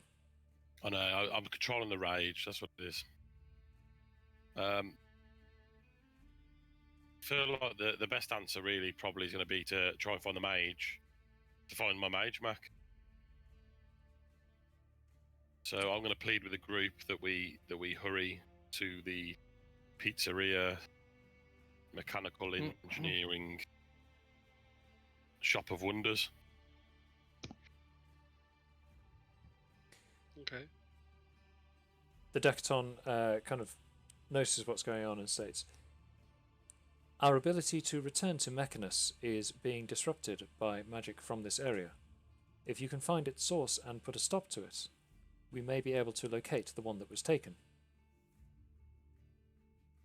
There you go, that's my plan. Can I ask the I forget the actual name for it instead of what I've written there. The Diplosaurus. It's a Decaton, but its Yeah, the designation is Decaton. Unit 12. Can I ask Unit 12 if he's got any goodies for us? Anything that could help us in finding this magic that is disrupted? We cannot locate the source of the interference. Does it have My any equipment priority we can is to borrow? return the march back to the point at which we entered this world in order to leave. However, the point at which we entered is also being disrupted by the same source of magic. If you are able to remove the interference, we can return to Mechanus and find the one that was taken. Oh my god, we get it. You want to Okay. go back. We want you to go back. I want to find my brother. We I'm cannot not gonna keep provide harping on. any instruments to find this. However, this may be useful. And it opens up a panel in its chest and produces a silver gear that is shining with a strange light coming off of it. It's almost as if it's like illuminating itself. And it hands it to you, Shathas. It says, Mm-hmm. "If this is attached to a weapon, it will improve the weapon. Once it has How? been attached, it cannot be removed." It's just fucking Kingdom Hearts. You Or just is gonna this- throw. Is that another franchise you want to throw into this? Or is this Metal Gear? See how many times you can get Tom sued in a single episode. I lift my finger. Hey, point man, we've towards still got an the outstanding copyright dodecahedron and strike. say, "Phone home." How does it improve a weapon? In what way? It will improve accuracy and efficiency. Okay, well, I'm going Give put it this to in my bag of me. holding. Say again, sorry. I'm going to put it in my bag of holding. Okay. So you've stowed that. Are you heading into the town? Yep. Okay. So as you head towards the main wall, moving around, you find one of the gates is starting to open, and some of the people are returning out towards the outlying farmsteads and buildings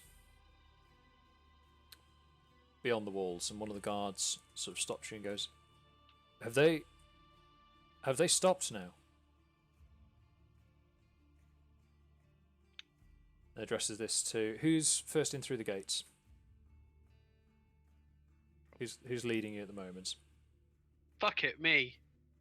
There we Okay, go. fair enough. So I'll this is talk to addressed. the guards. This is addressed to you then. Okay. Were you one of the ones firing at the wall? No, that would be the archer division. All right, cool. No, it was fine. They're not going to move just yet. They're waiting for us to do something for them.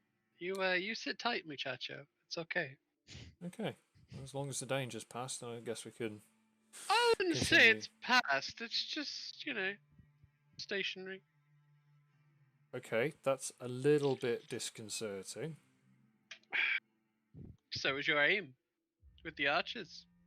Again, archery division. I'm a gate guard.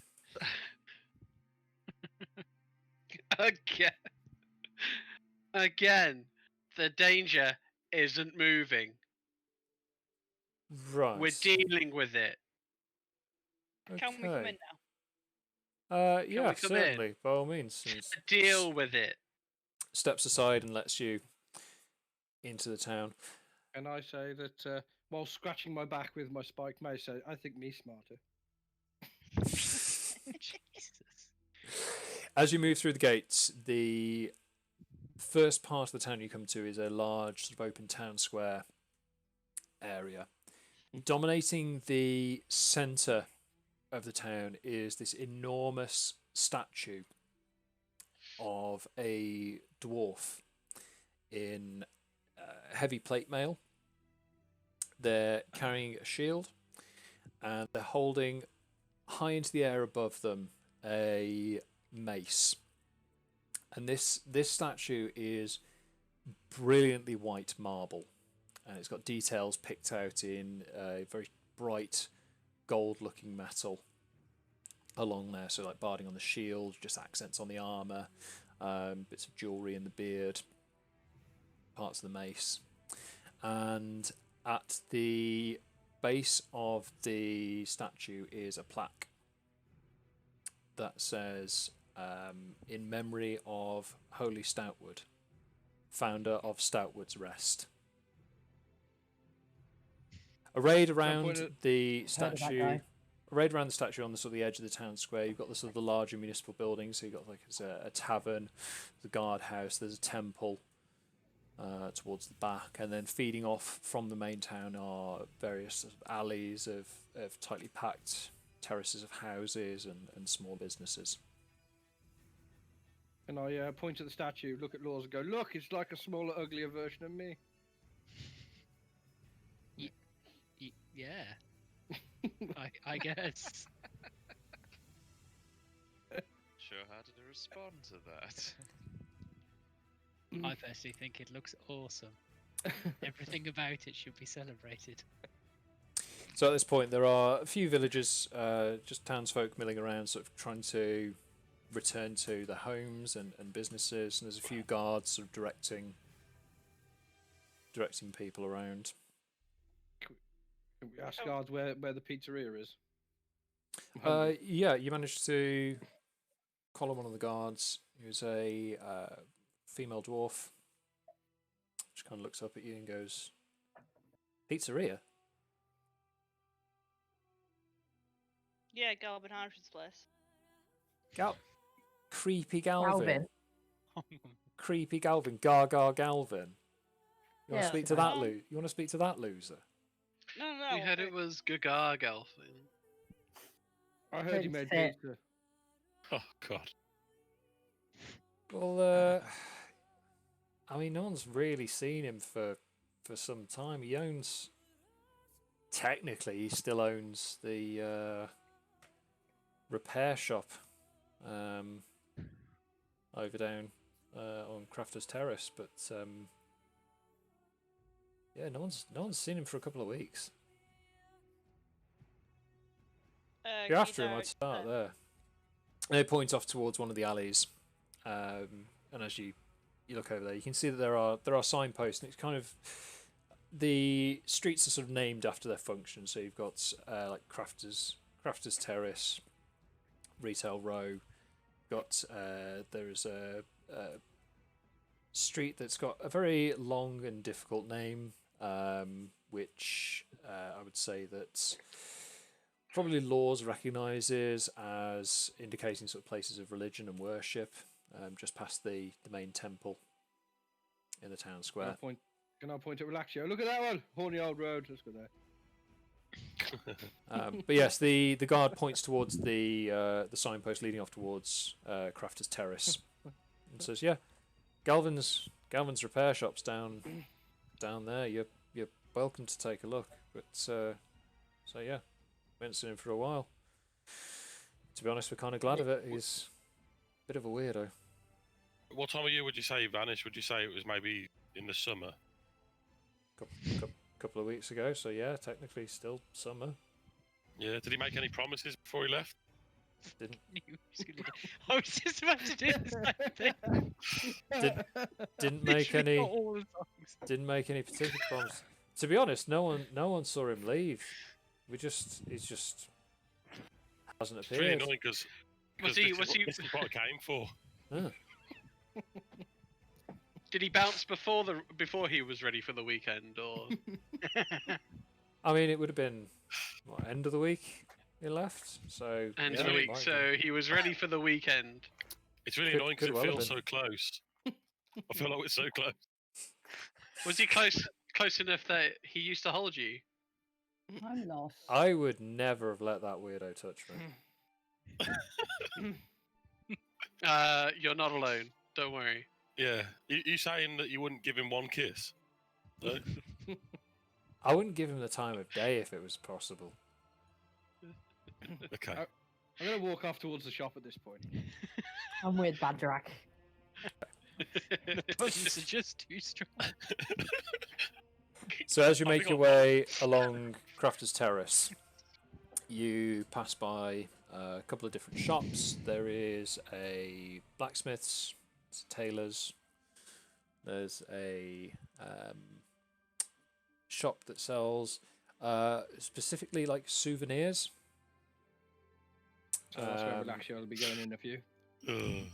And after a few minutes of walking down the street and being thoroughly unimpressed by generally most of the wares that are on offer, you finally come across a boarded up store with a sign outside that says Galvin's Mechanical Repairs. Oh, watch And out, then- guys. We're now on the outside. Tagged on inspiration for Natasha for killing the rest of the team. Inspiration for Relaxio for egging him on. I don't know about you guys, but I think it's time to bounce. So the sign outside says Galvin's Mechanical Repairs, and tacked on almost hastily underneath is an additional sign that says "and pizzeria." On the outside of the door as well, you can see there are various like guilds. Can anyone else hear my wife laughing at this point? 'Cause she I is can't hear her in she my is own laughing. hysterical downstairs. It's good to know I'm not alone. You are I've not had to alone. mute myself on and off for some time now. I just- Guys, this is what we came for. I'm just going to take a recovery sip of whiskey here. Mm, Don't you worry, we'll be coming back. delicious puns. Oh, Anyway, so you're outside Galvin's Mechanical Repairs and Pizzeria.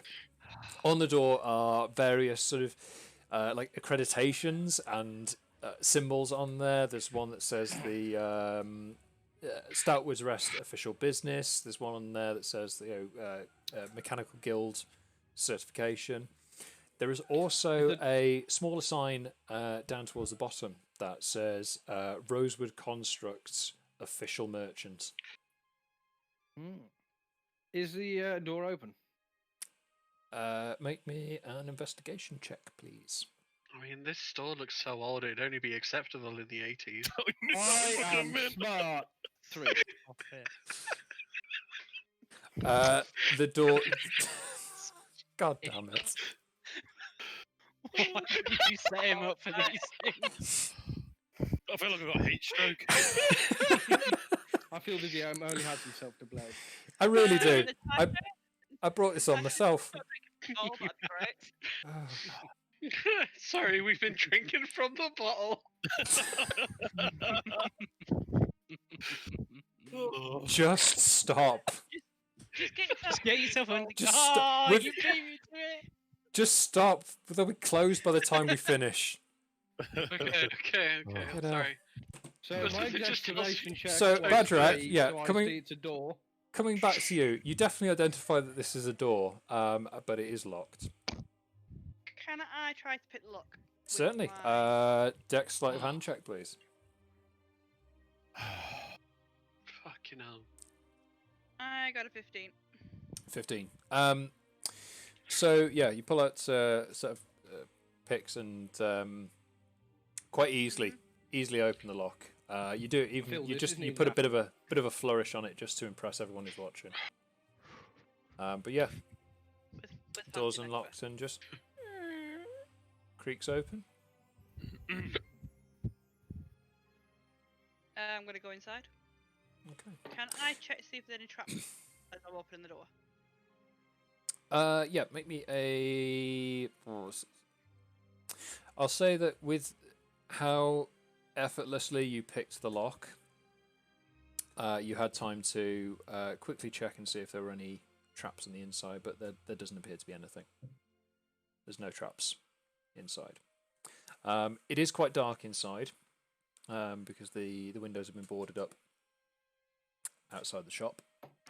But with the light from the street, you can see that there is an empty workspace. There's a couple of benches with some tools and schematics on there. It's a notice board over at the back. Can I imbue one of my tools with light as one of my magical tinkering so we can see around better? Yeah, do you have that as a Magical tinkering. magical tinkering? Imbue a tiny non-magical object with a magical property of your choice, 5 foot radius of light. Oops, 5 foot Yeah. radius of light. So yeah, so you which object are you tinkering this onto? I'm going to tinker it onto my jeweler's tool. Okay. So you pull out a your jeweler's tools, which includes like a set of goggles, and as you carry out the necessary preparations, put them on, and they basically function like a headlamp at this point. Looking around, you again can't really see much more beyond what the light from the street reveals. But there is what you can see now is there is a door at the back of the room that is shut. I'm going to relay that to the group. Okay. Rest of you, what are you guys up to? Start with Bagerac. Is there any way to go around the shop, or is it like a terrace of It's shops? a mid-terrace. You could certainly try and go around the back, but it would take you a fair distance away to do so. No. There doesn't appear to be any sort of I'll like just- side entrance or anything like that. No, I'll just go in through the shop then. Okay. Faye, what are you up to?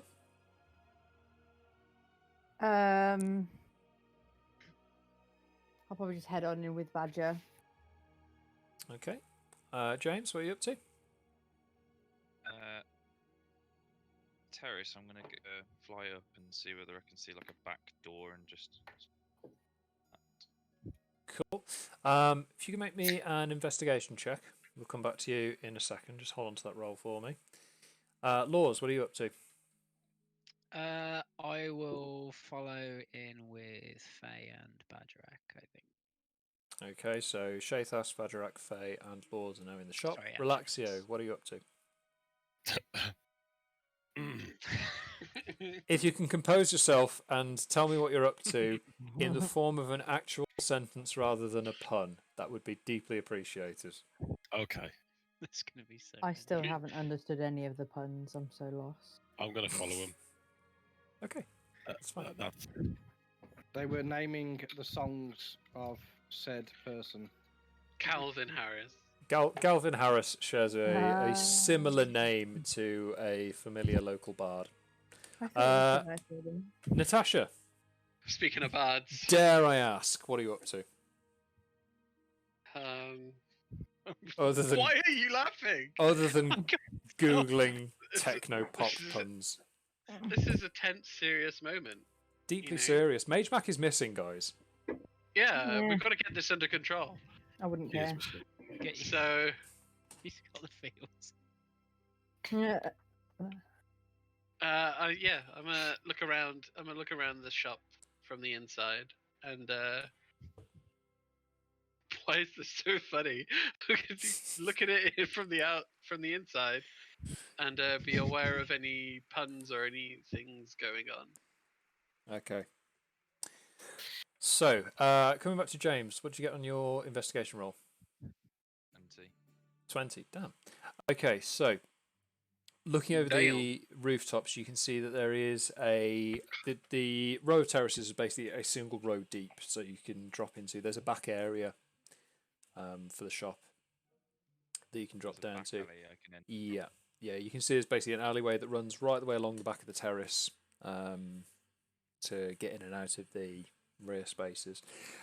From your position, you can see that the back of the shop contains a few crates, some of which are opened. There's a small coal shed. There's also a brick pizza oven and a few discarded boxes that say Galvanicio's Pizzeria. Galvanicio. Could you do it? And you can also see that there is a door that leads into the back of the store. I'm just gonna keep hovering around and see what's out the other side. Okay. Help me if you need. So you're investigating the back area of the store. He's investigating the back doors. I'm just trying to keep an eye on it, see whether anyone tries to sneak out the back. Okay, fair enough. Sneak in through the back door. Sneak through the back. You're right, Natasha. Yeah, fine. So, whilst you're making sure no one sneaks in through the back door or out through the back door, the guys inside the shop, some people do not like it when you sneak in through the back door. They prefer you to announce your presence coming through the front. Anyway, going back to the guys inside the store. So now that you're all in,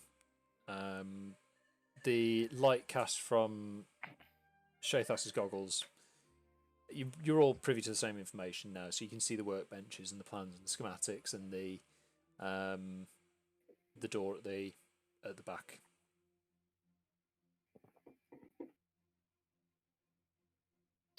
So it's up to you guys what you want to do next. I'll go and check the door. Okay.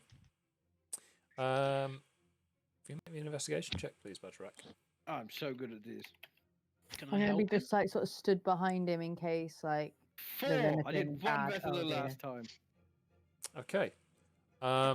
As you take a closer look at the door, you can tell that the main panel of the door itself is made of some sort of wood. I will Well relay this done. back to my Oh teammates. gosh. It appears to be made of wood.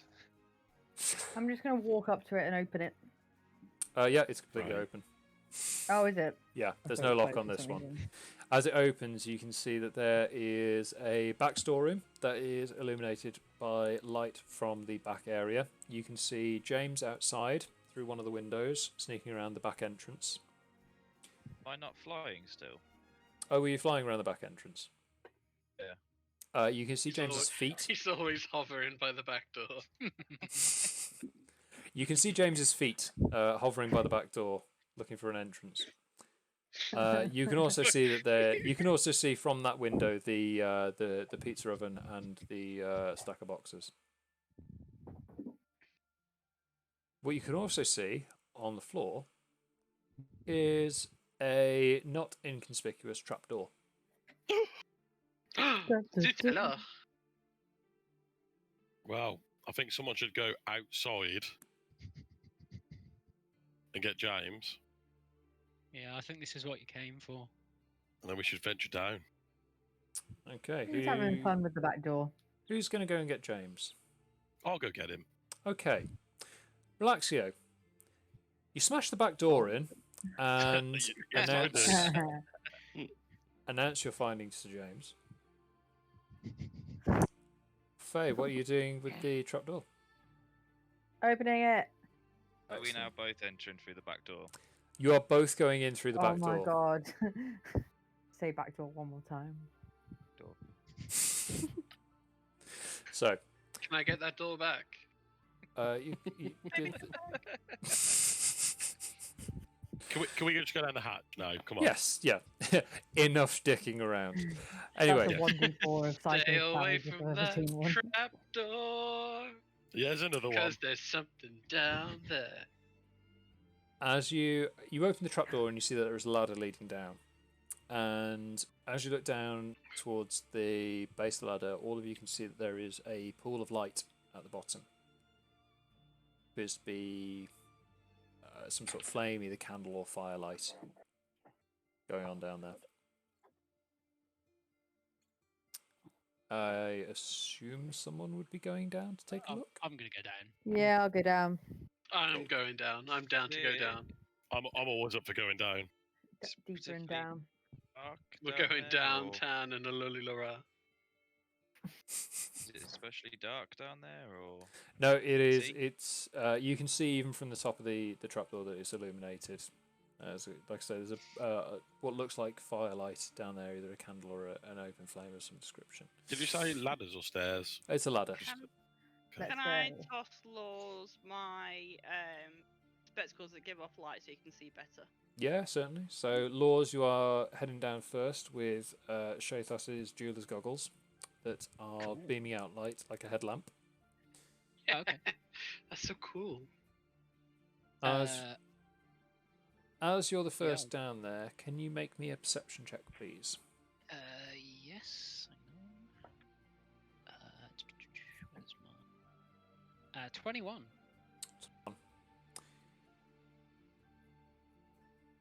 Who are you? and what have Looking you done with Lours? into the space in front of you, you can see that it's a much larger space. The actual area that it occupies clearly takes up the room of several neighbouring buildings. In the centre of this space is sort of like almost like scaffolding surrounding a large bronze and glass sphere. All around the outside are various workbenches and small forges and anvils and tables lined with books and tools. What you immediately notice inside the sphere is a very pale-looking human fiddling with some controls inside the sphere. Now, at this point, you are the only person down there. The rest are starting to make their way down the ladder. Does the person see me?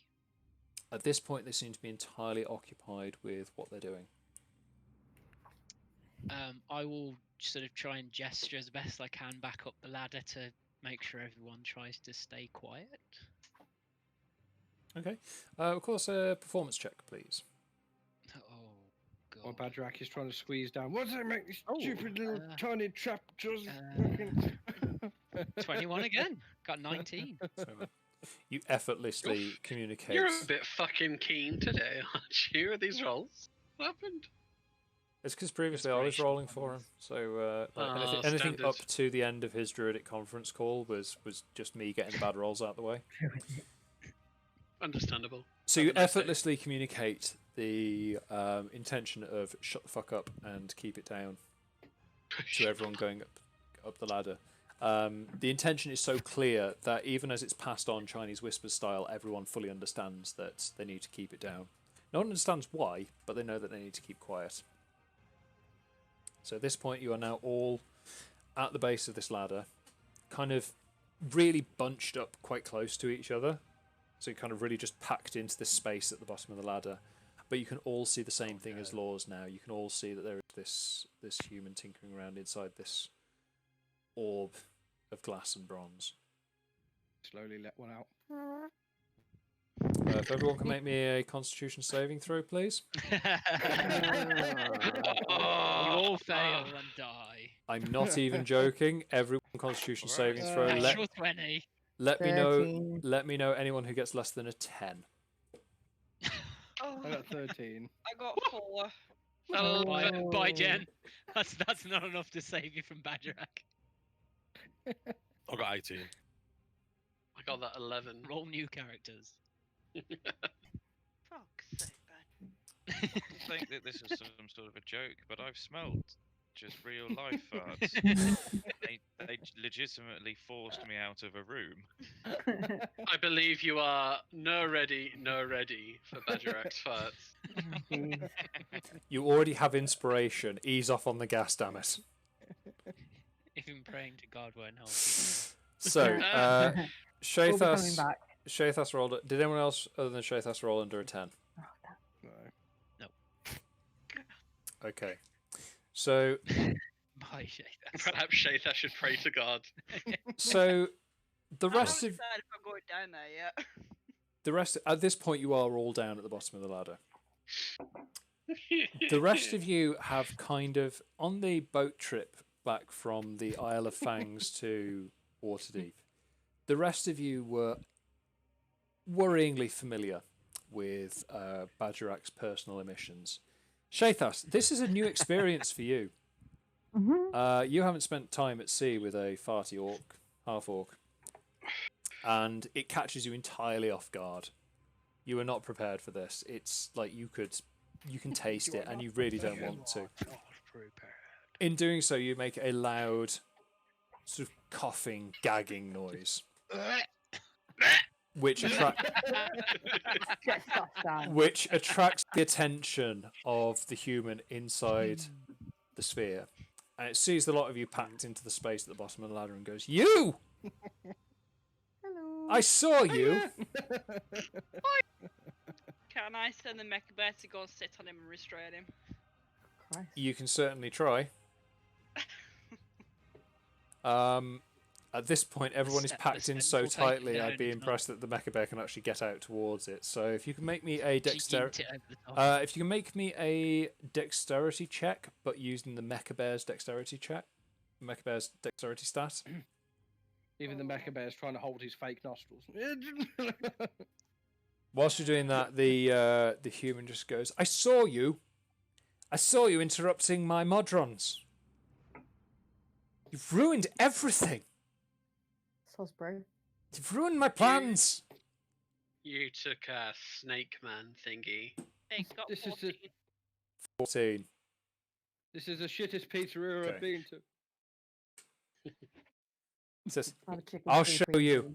I'll show the lot of you. They all called me insane. They all called me mad. I'll show them who's mad. And as the Mecha Bear leaps out towards the orb, it suddenly fires up through the floor, smashes the floor above it, and you can hear just this splintering of timbers and stone as this thing is just rocketed straight up through the building. A few seconds later, you hear muffled screaming and shouts, which you reckon are coming from the streets above you.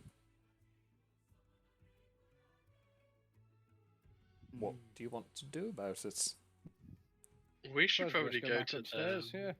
I guess we should go back outside. I'd Okay. like to kick him in the fork. You want to Is kick there him? anything left? Is Yeah, there anything left of the underground base? I agree we should go outside. So, first of all, I need to address James. You want to kick him in the fork? Yeah. Fork. In the groin. Right. Okay. Already gone. The moment for fork kicking has passed. Shathas, the Mecha Bear just managed to avoid being smacked aside by the orb, so the Mecha Bear is fine, albeit frustrated, as much as a mechanical construct can be that it didn't get to bite something. So where is the guy? Is he upstairs? He is inside the orb, and the orb itself has just rocketed up through the floors.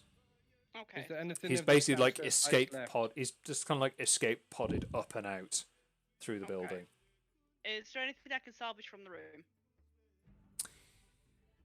Looking around, you can see that there are some really nicely made tools down there. If you want to swipe those, but aside from that, there's no sort of real usable materials.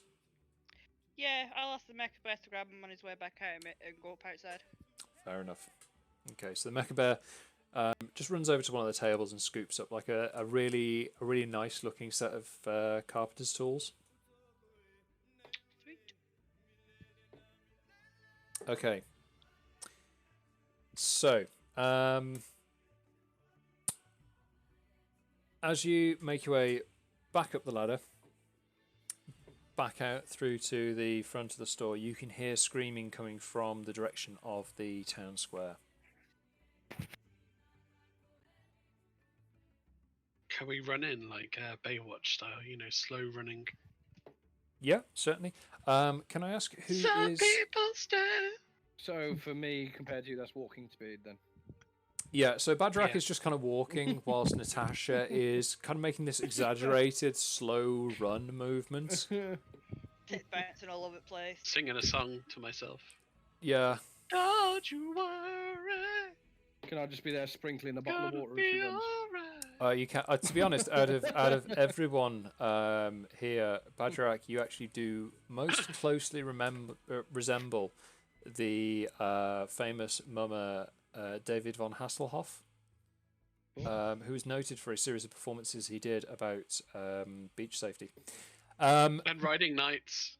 And Especially carrying my yes. shield like a surfboard. Yeah, you've just got your shield tucked under one arm at this point. You just sort of running for no reason whatsoever. You've opened your shirt up. I don't wear one. For no reason whatsoever, you have really fluffed up your chest hair. As you make your way towards the town centre, the town square, the first thing that you notice is that the statue is no longer on the podium that it once occupied. It is now standing in front of it. Oh, good.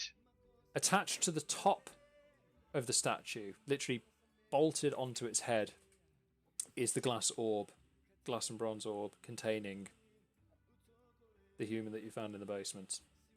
Great. And as you enter the town square, they turn around and go, "I'll show you. I'll show everyone." And I need you to roll initiative, please.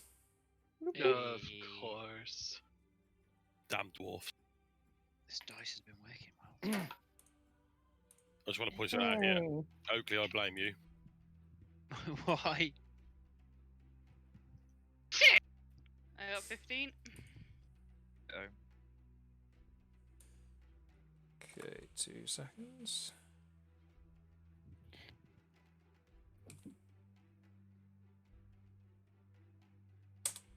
Oh, beautiful.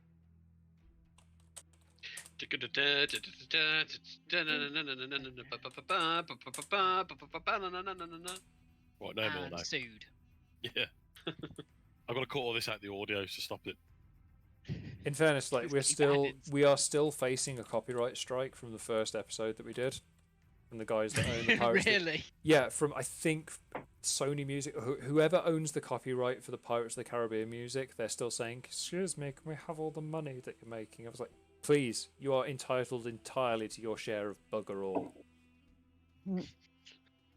Unbelievable. Sorry, I have just seen the weirdest newspaper article in some time. But it could be part of a PSA. What's the headline? Women urged not to put ice lollies in their vagina to cool off in hot weather. I mean, that's yeah, valid happens. safety for everyone. Yeah, Okay, so stay Bagerac, frosty out there. what did you get? 13. 13. Sorry, I'm just going through the order. I'll come to you in a second. Faye, what did you get? 17. 17. James, What are you doing? what was that? Sorry. Sorry. Every time. I still Really can't. It's weird. It's just like it literally cuts out for like 15. the first bit of the word. So 1 and 5. yeah, anything you get between 13 and 19, I just get as teen. Teen, yeah. Yeah. Yeah. Laws, what do you get? 14. 14. Thank you. That's Natasha. Natasha. 6. I see where you That's why I paused. did- Relaxio. Yeah, 20! Yay. shut the fuck up. And finally, Shathas. 15. 15. Thank you very much, everyone. Okay, so. This is gonna be fucking sick. It's gonna be sick, bro. Sick, bro. Sick, bro. Are you hyped for this, Natasha? Feel I the just feel hype. so close to you guys. If you.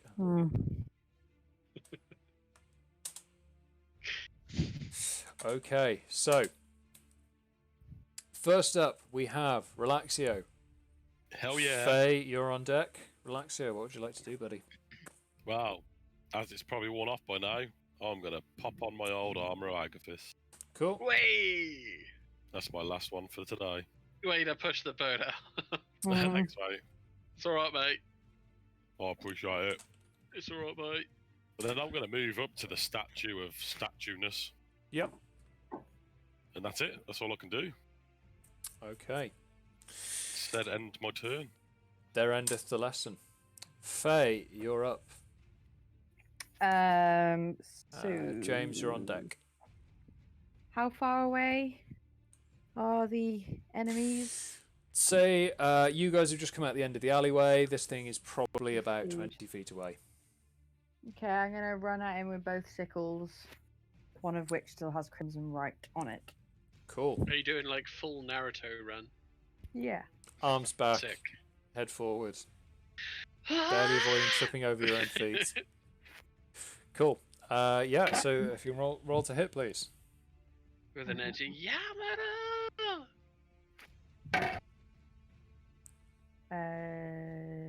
21. 21. That may well hit. I've completely forgot to bring up the stats that I had for this. 21 hits! Yeah, you fucking hope so. Yeah. Roll some damage, please. So the first sickle, because this is a statue, quite easily connects with its ankle.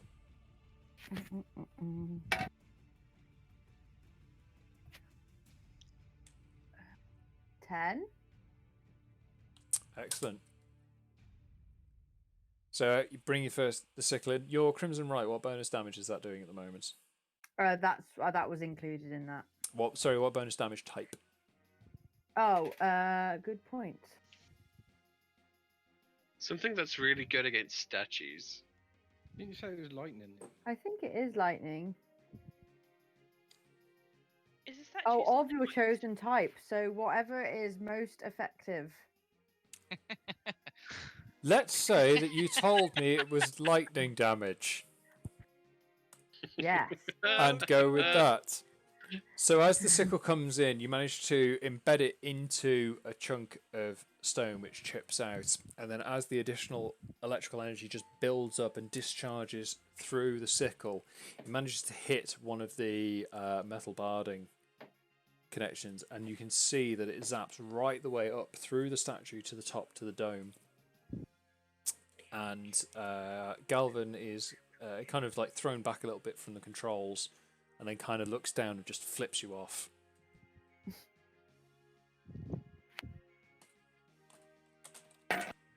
My second sickle got 9. Okay. What was that? 9 to hit, sorry. Yeah. Yeah. So kind of buoyed by the success of your first strike, the second one just, you kind of forget how you're holding the sickle and just manage to slap it flatter the blade against the side of the statue's shin. Nice. Okay. Next up then, we have Galvin. James, you're on deck. Galvin is really kind of pissed off at this stage.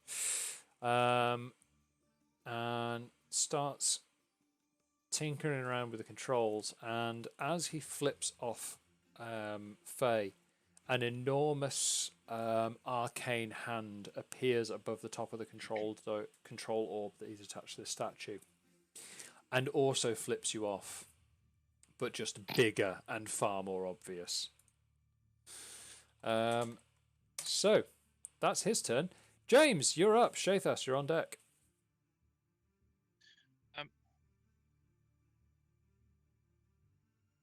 Far away am I from it?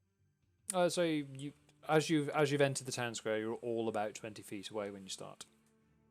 Is that right when I was did that say again? Sorry.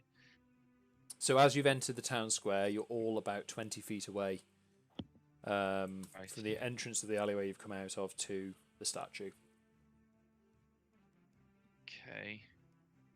I will first of all cast Mark on it. So you're casting Hunter's Mark on the statue. And then I will attack it with sword. Oh no, I won't. I miss. Rolled a 1. Yeah, that is a straight up miss. As you go to take your first strike, the statue is still in the process of turning towards you and just moves its foot out of the way of the incoming short sword. Okay. So, Shathas, you're up. Lours, you're on deck. Shathas, what are you and your bling bear doing? I am going to use my breath weapon on the orb at the top of the statue because nobody's around it. Yep, that's fair enough. So you aim upwards and just hock a gob of acid at the control orb. If you can roll to hit. Is it roll to hit on that? Can you remember how the breath weapons work exactly? No, it's just damage. I think. They have to do a save, don't they? Yeah, they have to do a saving row of 10.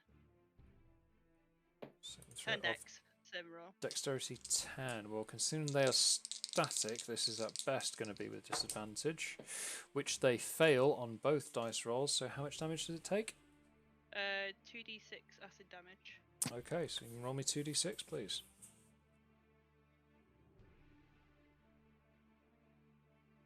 I got 9. 9, fantastic.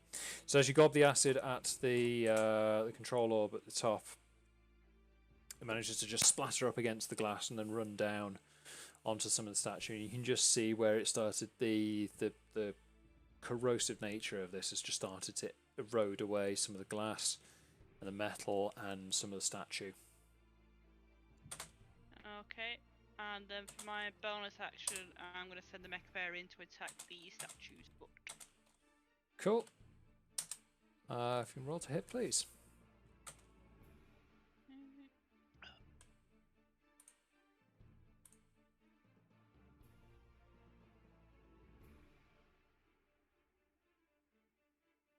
Jesus Christ. It's 8 to hit. 8. Unfortunately, that misses. So again, whilst this statue is still repositioning, the bear's just unable to kind of... It's sort of worried about getting stomped on, its own self-preservation precepts kicking in. It just moves out of the way of a foot just before it gets stomped into a certain amount of pizza trays. Okay. Anything else from yourself? No, that's it really. I'm going to stay away. Cool. So, Lours, you're up. Bagerac, you're on deck. Lours, what are we doing? Is anyone in the party injured before I start? I apologise, I came in a bit late to this, so I don't know who got hurt before. No, I think we're all good. Just Faye, I think, but not much. No, just Is from that a self-inflicted? Yeah. It's Faye, so Okay. yes.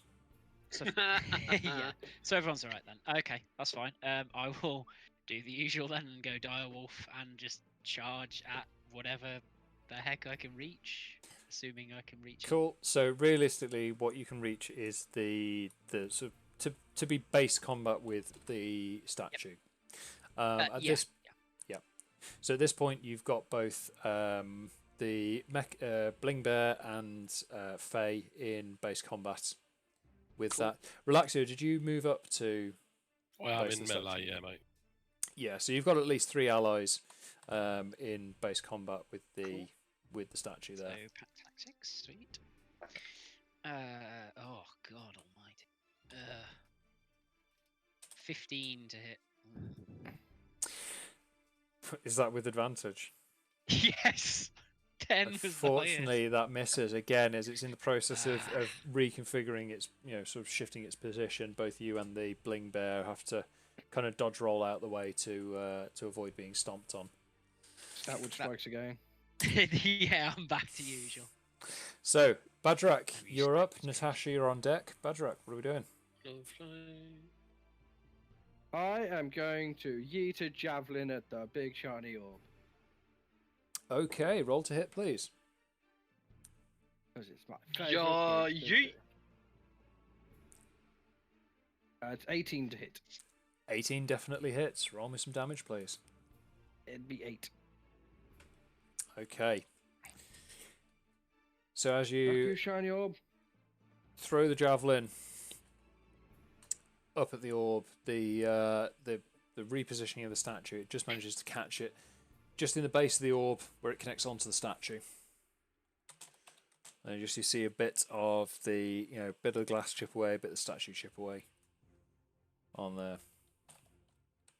Okay. Anything else from yourself? I'm going to move sort of 10 feet up, so I'm a bit closer. Cool. That's fine. So you're now within 10 feet of the statue. Okay. So, Natasha, you're up.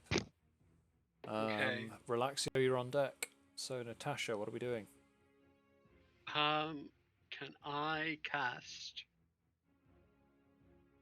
Can I cast Bane on the sorcerer, please? You certainly can try? Question mark. And that's a Can't remember charisma exactly saving how. roll of 14. Okay. Charisma save of 14. They get. Ooh, they rolled a 17. Balls. Yeah. So does it do anything on a save, or is it just on a failed save that it does something? It's only on his failed save. Rubbish. Okay. No, sorry. Unfortunately, yeah. The so trying to actually get the spell to hit through the glass dome, there appears to be something about it that just the spell can't quite penetrate. Gotcha. Okay. So next up, the statue is going to bring down the mace onto, first of all, Relaxio. Intercept that with the Mecha Bear. You certainly can. Remind me just what the intercept does. Disadvantage. Disadvantage, thank you. They've rolled exactly the same on both dice. Relaxio, what's your armor class? 16. 16. Yeah, you managed to straight up dodge that. Hell yeah. Sweet. Woo. Them nimble feet. They then bring the mace back up and try to go for Faye. Oh. Can I cast Cutting Words, please? You certainly can. Cool. So when it makes an attack roll, I can expend 1 use of Bardic Inspiration, and I'll roll 1d6. 1d6. Roll. I landed a 6, so take 6 off. Okay, Faye, what's your armor class, please? Fucking paper. 13. 13. Yeah, that's enough to cause it to miss. Nice. So as it tries to bring it back up, Natasha, you're cutting words? My Cutting Words, okay. If I'm out on my own, then I can't look at you looking at me. If I'm out on a date, then I just shut my eyes, then I can't see. Get away from the bar, tell your boyfriend, hold your jar, and dance with me. Yeah, so it misses. That was something. Relaxio, you're up. Faye, you're on deck. Jesus fucking Christ. I'm not sure what happened. Natasha happened. Let's move on. Relaxio. I think Natasha had a bit of a dance and put it off. Relaxio, what are we doing? Yeah, I'm going to go for my fang attack. Cool.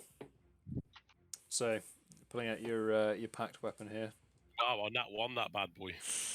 Yeah. You want that bad boy. You were so distracted by Still enraged at the loss of your brother. You miss on your attack. Yeah, so that was my hex weapon. I'm going to go for the good old packed dagger. The packed dagger. Sorry. Hex weapon first, packed dagger second. Yep. Roll to hit, please. But I got a bit more angry on this one, and I stuck him with a 19. Ooh, you did stick him with a 19. Let's go. Get some damage up in this biznyash. And I did 3 magic piercing damage. 3 piercing damage, thank you. So, fueled by your own rage, the dagger drives deep into the statue's leg. And you can see that it started to crack part of the lower section of sort of like shin and calf on the statue. Cool. Faye, you're up. It's a double sickle combo. Double sickle combo. James, you're on deck, by the way. Just had to check my listing on that. So, yeah, Faye, roll to hit, please. 15. 15. Unfortunately, 15 misses. What? Yeah. Oh, shit. Oh, so I guess that 11 won't be much better than 11 would also miss, yeah. Yeah, so as you go to try and bring down your sickle attacks, you kind of having to dodge around a very furious Relaxio just pummeling into this, and you can't quite get an opening on either of those. Okay. Next up, we've got Galvin. Who can see what's going on down below, messes around with a few of the controls, and you can see that the surface of the statue starts to shimmer with arcane energy. Before fizzling out, and just a series of sparks fly off, and you can't. I don't think any of you are proficient with lip reading, but it's fairly obvious when someone is screaming expletives at a machine not doing what it's supposed to. Okay. James, you're up. Shathas, you and Bling Bear are on deck. Attempt to attack it with my short sword. Excellent. Hit me with that first attack, please. 8. That misses. Go ahead and assume that missed. That you assume correct. That straight up misses. And 18. Better. 18 definitely hits. Do you get any bonus for Hunter's Mark? So I was about to say, Hunter's Mark gets me an extra 1d6 of damage. So I'm just... Sorry. So roll your base damage for me first of all, please. 7. Okay. Oh, fuck me. An extra 1. And also, because I have Colossal... Say colossal fuckery. Slayer, That's I the do an extra 1d8. So cool. Hit me with that, that d8. 5, so Cool. 13 damage in total. Cool. So as you bring your short sword down, you can see that there are a couple of weak points opening up from where the others have managed to get their shots in, and you just double down on the damage there and drive your short sword straight into one of the weak points that's opened up. And as you do, you can see that the one leg starts to seize and its movement slows down as it tries to compensate for a lack of balance.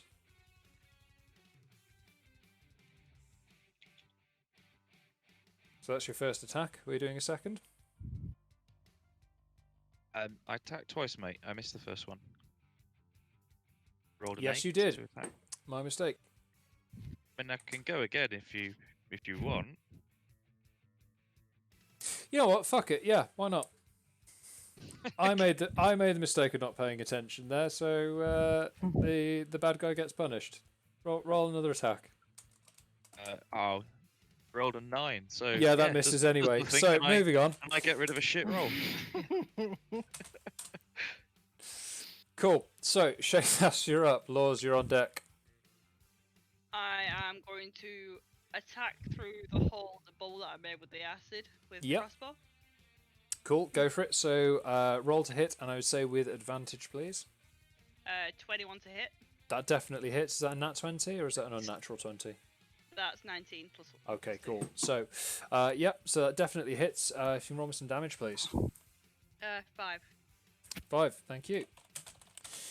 So the crossbow bolt sails easily through the hole that you've made in the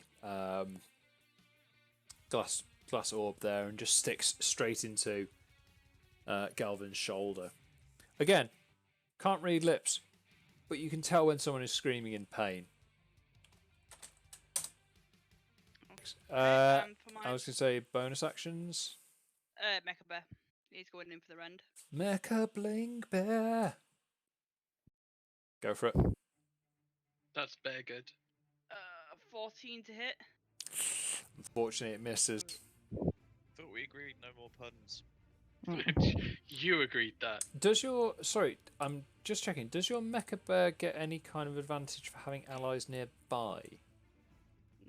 Not that I'm aware of. I was going to say something like pack tactics. No. Packtastic. Packtastic! Oh, I should rename it. It's Packtastic. No. All it's got is like dark vision and that's it. No, that's fine.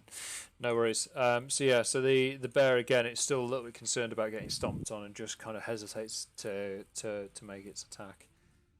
It's become very attached to the additional bling that's on its face still, and doesn't really want to get it scuffed or damaged. A fancy mustache. It is a fancy bling bear. Lours, you're up. Bagerac, you're on deck. Bite again. Bite again. Cool. Roll the tactics. 17. 17 hits. Hooray. Damage, please. Oh, come on. 5. God damn it. Sure you don't want to Is it roll good? Okay, so yeah. Is it a creature? It is a construct. It's a construct. Yeah. And that is all I can do with my shit rolls. Cool. So with your shit rolls, you manage to sink your teeth in and just pull like one of the metal banding bits out away from the stationary leg that's on there. Okay, Bagerac, you're up. Natasha, you're on deck. Well, seeing as the leg is cracking, I go into a full-on rage, happy that we're in combat, and charge the leg with my great axe. Okay. Are we a two-handed axe on this one? We are. Excellent. So first of all, roll me to hit, please. That's a 13. Unfortunately, that misses. Misses. Too excited. Too excited, yeah. You run in and just Big kind axe of clap. You run in, swinging your axe over your head, and just fail to notice that the bling bear is kind of backing up to protect his new shiny face, and just a little bit trip. You don't fall over, but you certainly lose your footing enough for your swing to go wide. Oh, gee, On Willy there. Whiskers. Okay, Natasha. Okay, is there any metal? You're up. I mean, a lot of this statue. There's a lot of metal bits on there. There's metal barred. There's like metal detailing on the statue and the orb. So that if I Galvin were is to in. heat it, If you were to heat it, yes. Yeah, are you heating the metal on the statue or the metal on the orb? The giant oven orb. Heat the metal on the orb. I wanna slow cook this motherfucker. Alright. I see what you're... I see you. I'm picking up what you're laying down. Is it? Is it, though? It is, as it happens. Oh, it and is. I cast heat metal. Fuego. Excellent. So... Cool. I dealt 7 magical fire damage. Cool. Or not, as the case may be. You see Galvin immediately recoil away from the controls. Will this galvanize him if it gets hot? As they start to get... maybe. So he immediately recoils away from the controls, and you can see he's now sort of like nursing his hands. They're quite badly burned. I'm still alive, only I'm very badly burned. Excellent. Anything else from yourself? My octopipes would be the way to do it, and I would be doing it to the tune of acceptable in the 80s. Of course you would. And how does that song go? I'll link you to YouTube. I am smarter than that. I am smarter than that. Okay. So but it was acceptable at the time. At this point, the statue sort of veers wildly out of control, and the mace comes swinging past James. Fortunately, it completely misses. On its way to the ground, it's coming towards Faye. Faye, can you just make me a dexterity saving throw, please? You are looking to beat a... You're looking to beat a 3. Don't tempt me. I got the same both times. I got 19. Yep. So the mace just comes clattering down and just smashes into the ground in front of you. It's very obvious at this point that the statue is not moving under direct control of Galvin. Relaxio, you're up. Yes.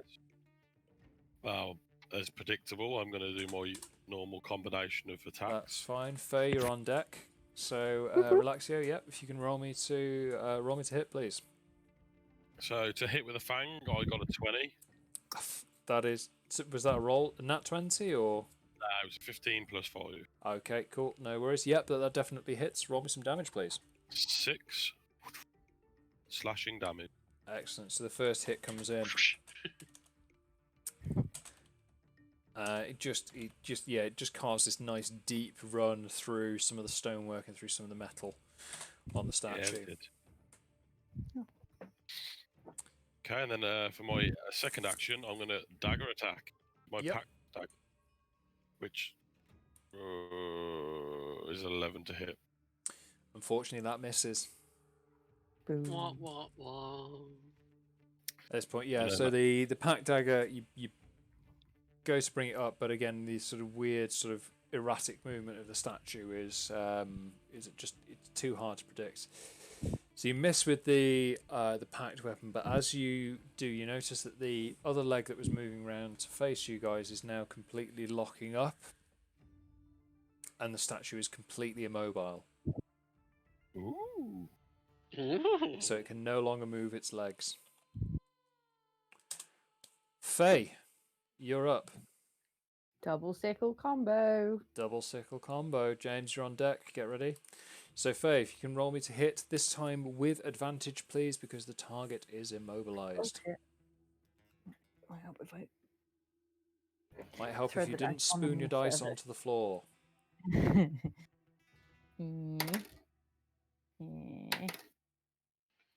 That would be 24.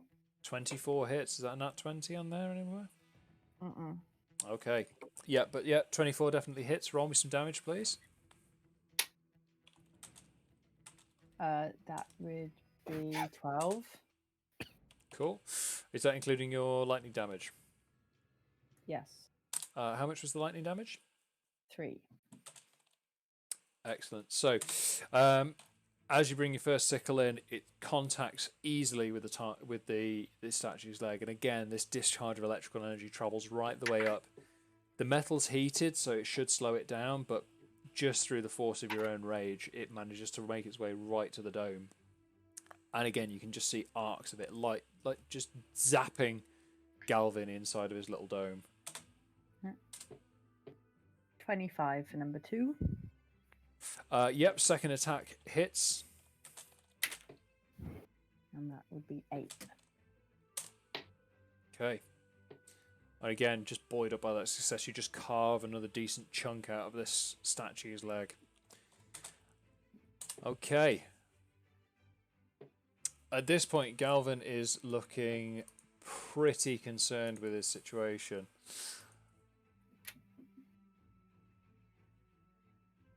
And he is definitely not pleased with this, and begins to, as he's stuck inside this orb, and he is burnt, he is electrified, and he starts casting a spell. You can see he sort of stepped back from the controls, and you can see the arcane energies starting to flow around him. No, right. Yeah. That's me. James, you're up. Shathas, you're on deck.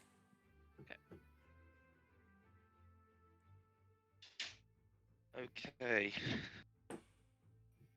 I will attack with my short swords. Do I roll with advantage against the? Against the statue, you roll with advantage because it is immobilized.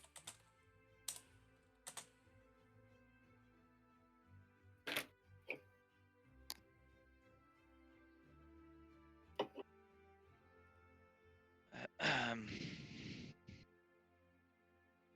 22 to hit. That definitely hits. Roll some damage, please. Okay, I've done 6 piercing damage. It's Yep. Hunter's mark. Yeah, Well, I'll do Hunter's mark first. Yep.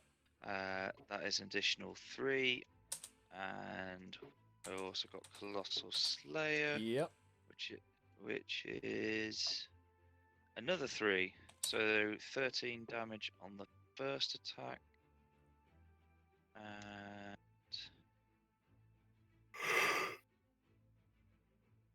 15 to hit. 15 misses, unfortunately. Or armor's too thick. Yeah, your first attack manages to take off one of the sort of metal plating bits on there, and the statue is in a pretty bad state at this point. The second attack just kind of goes a little bit wide on there as you try to avoid the falling debris coming off the metal barding that's just been shattered loose. Okay, Shathas, you and Mecha Blingbear are up. Lours, you're on deck. I am gonna go for Galvin Harris again. Cool. The crossbow. Yep, go for it. With advantage because the target is immobilized. And I got 15 to hit. That may have hit. I wasn't actually looking at his stat sheet. It definitely hits. Roll some damage, please. I got a nat 1. So it's 2. 2. Great.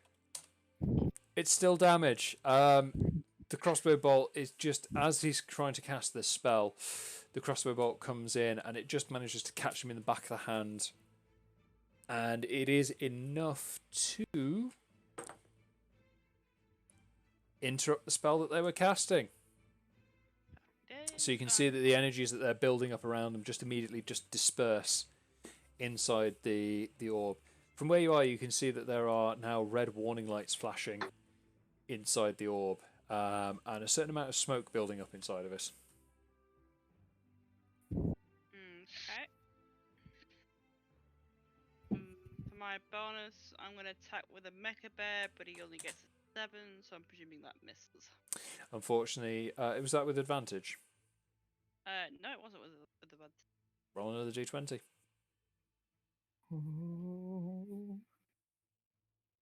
Nat 20. Go in that 20. Go in that 20. 15, so plus 4 is 19 to hit. That hits. Roll some damage for the Mecha Bear, please. Ooh, with the bling. With the Uh, bling! 9 damage to the statue. Excellent. So Macabea runs in and just manages to carve a chunk, just pulled like the whole kneecap of the statue is missing now. Oh my. On so that. is it collapsing yet? If we're just It is tearing down its immobilized, and at this point you are tearing chunks out of it. It's certainly not nothing stable. I'm gonna say if it's losing some of its support, then it's gonna be unstable, right? Yep. I suppose I can't for the movement just like charge at it. That would be an attack. You can move towards it, but to actually like shove it would be an action. Okay, then I'm gonna end my turn there. Okay. So, Lours, you're up. Bagerac, you're on deck. Oakley muted. Thought I removed that. Thank you very much. You did not. I will, if I can, try and go for the spot that Shathas is trying to make weak. If I am able to get in range of that. Or if it's too high, I'll just bite whatever's closest. What is your movement as a direwolf? 50 feet, actually. Then I'd say yes, you could make a jumping leap. Then that is what I'll do. Cool. And I will bite at the thing. Excellent. Which is 18 to hit. 18 definitely hits. Roll me some damage, please. Ooh.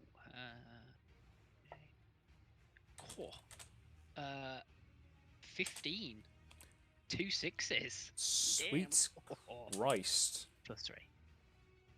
Okay, so I balanced out the 2 1s in the last one. it does. So as you sink your teeth in, you just rip this this glass orb open, and with it you've just got one very exposed Galvin inside there. However, Natasha, Hi. are you still concentrating on heat metal? As far as I know, yes. Yeah. I haven't had a turn since. So, Lours, can you make me a dexterity saving throw, please? Shit. Hang on. Oh, hang on. His actual dexterity. Sorry. 12. Natasha, what is your spell save DC, please? Oh no. 14. Natasha, can you roll me 2d8 fire damage, please? 2d8 fire damage. Or sorry, whatever d8 your fire damage is for heat metal. I mean, it is 2d8 damage. You've just made it stronger. Can I class putting words on myself? How would you like to insult yourself? Don't think you can. Oh shit. 7. So, Lours, you take 7 fire damage in the process. As you've jumped up to rip off this, you've failed to notice that the metal that is around the bit that you're ripping out is glowing red hot. Okay. In the fury, you've managed to rip open the dome, and in doing so, what is it? A strength saving throw they have to do to avoid being thrown prone? Oh yes. Sorry. Yes. Forgot that. DC 13 strength. Yeah. So Galvin completely whiffs that. So not only have you managed to rip open the dome, you've also managed to throw Galvin out onto the floor. Galvin is now prone on the floor next to the lot of you. Lours, you, aside from having slightly singed paws that you're kind of dealing with, at this stage you're still on top of the statue. As Galvin is thrown free from the statue itself kind of stops and goes completely immobile and just returns back to the original position it had, holding its shield up against its chest and raising the mace towards the sky. So, we are still in initiative at the moment. Bagerac, you're up. Oh no. So this guy's prone on the floor, is it? Prone on the floor and looking very badly beaten up. I'm still alive, only very badly I am burned. raging, so I am going to charge and attack him with the battle axe. Okay, if with you great can axe. roll to hit with advantage, please. Yeah, that's a 16. That definitely hits. If you could roll some damage, please. That's 13. Yeah. How do you want to do this? Wee! Bat just took off his head. Yeah. Well, as we'd probably like to question him, maybe we won't murder him. I think you've just killed him. You can decide not to kill them? Sound like you, really? So are we going for a? Are we going I mean, for a this is non-lethal what you came takedown? for. No, I'm going to kill him. We wouldn't blame you. I'm going to run up and drive my axe straight through his shoulder, splitting him in two. That's fine. So as you bring the great axe down, I'm assuming the great axe is double-handed.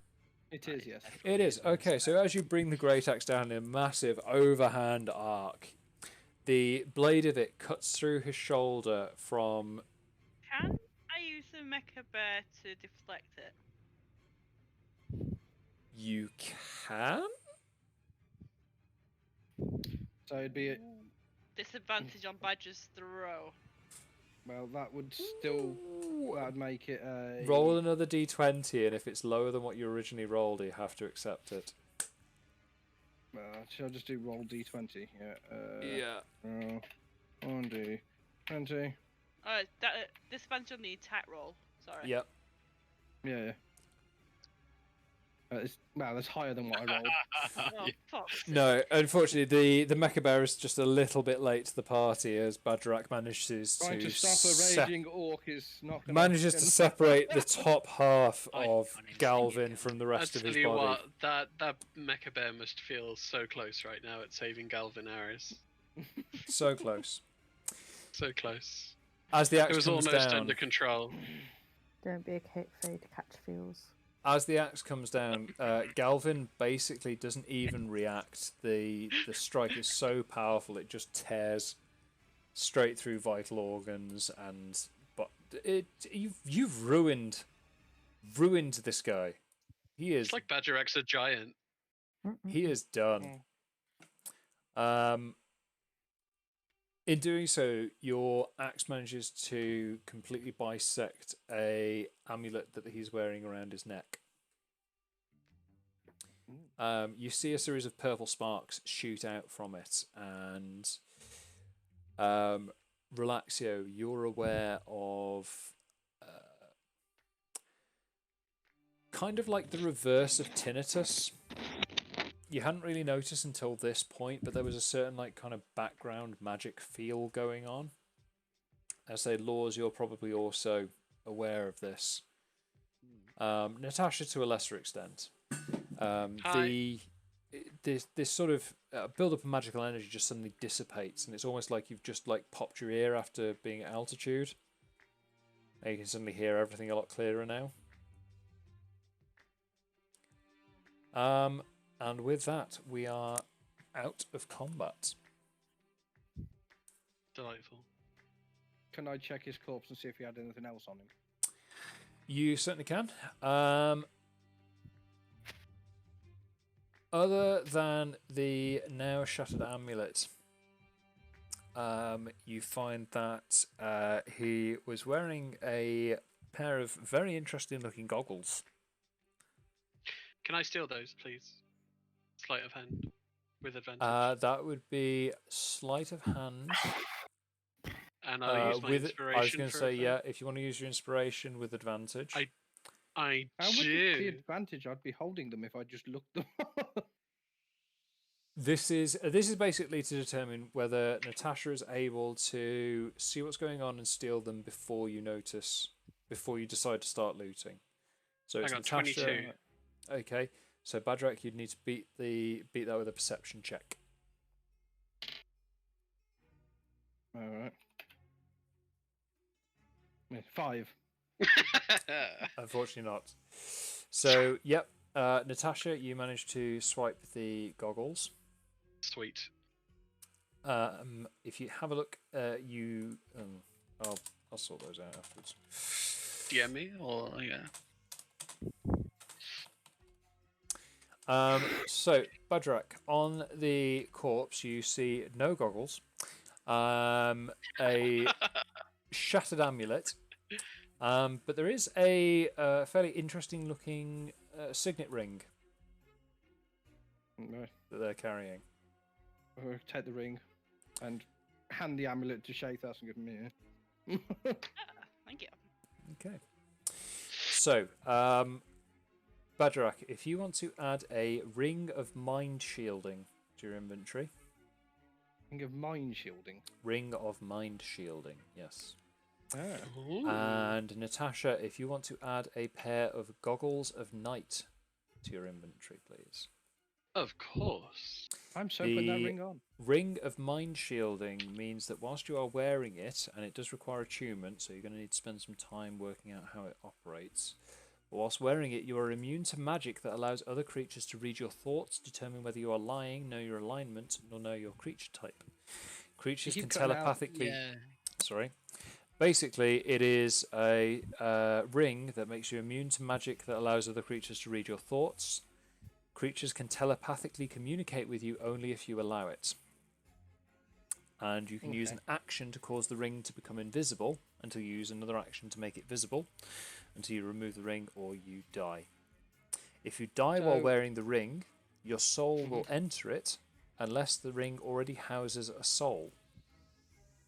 Let's kill him. The Natasha, the goggles of night, whilst wearing them, you have dark vision out to a range of 60 feet.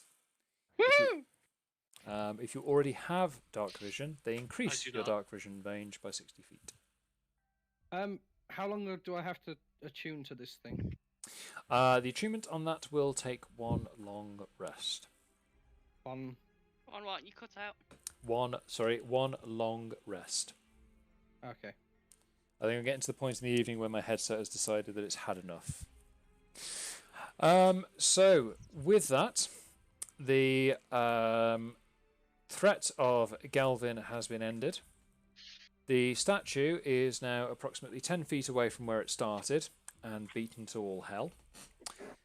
From the statue. From the statue, no. From the control console, yes. If you can roll me a Dex sleight of hand check, please. 18. 18, beautiful. Because I did give you this as a custom feat, didn't I? Yes. Where is it? Yep, so you managed to salvage.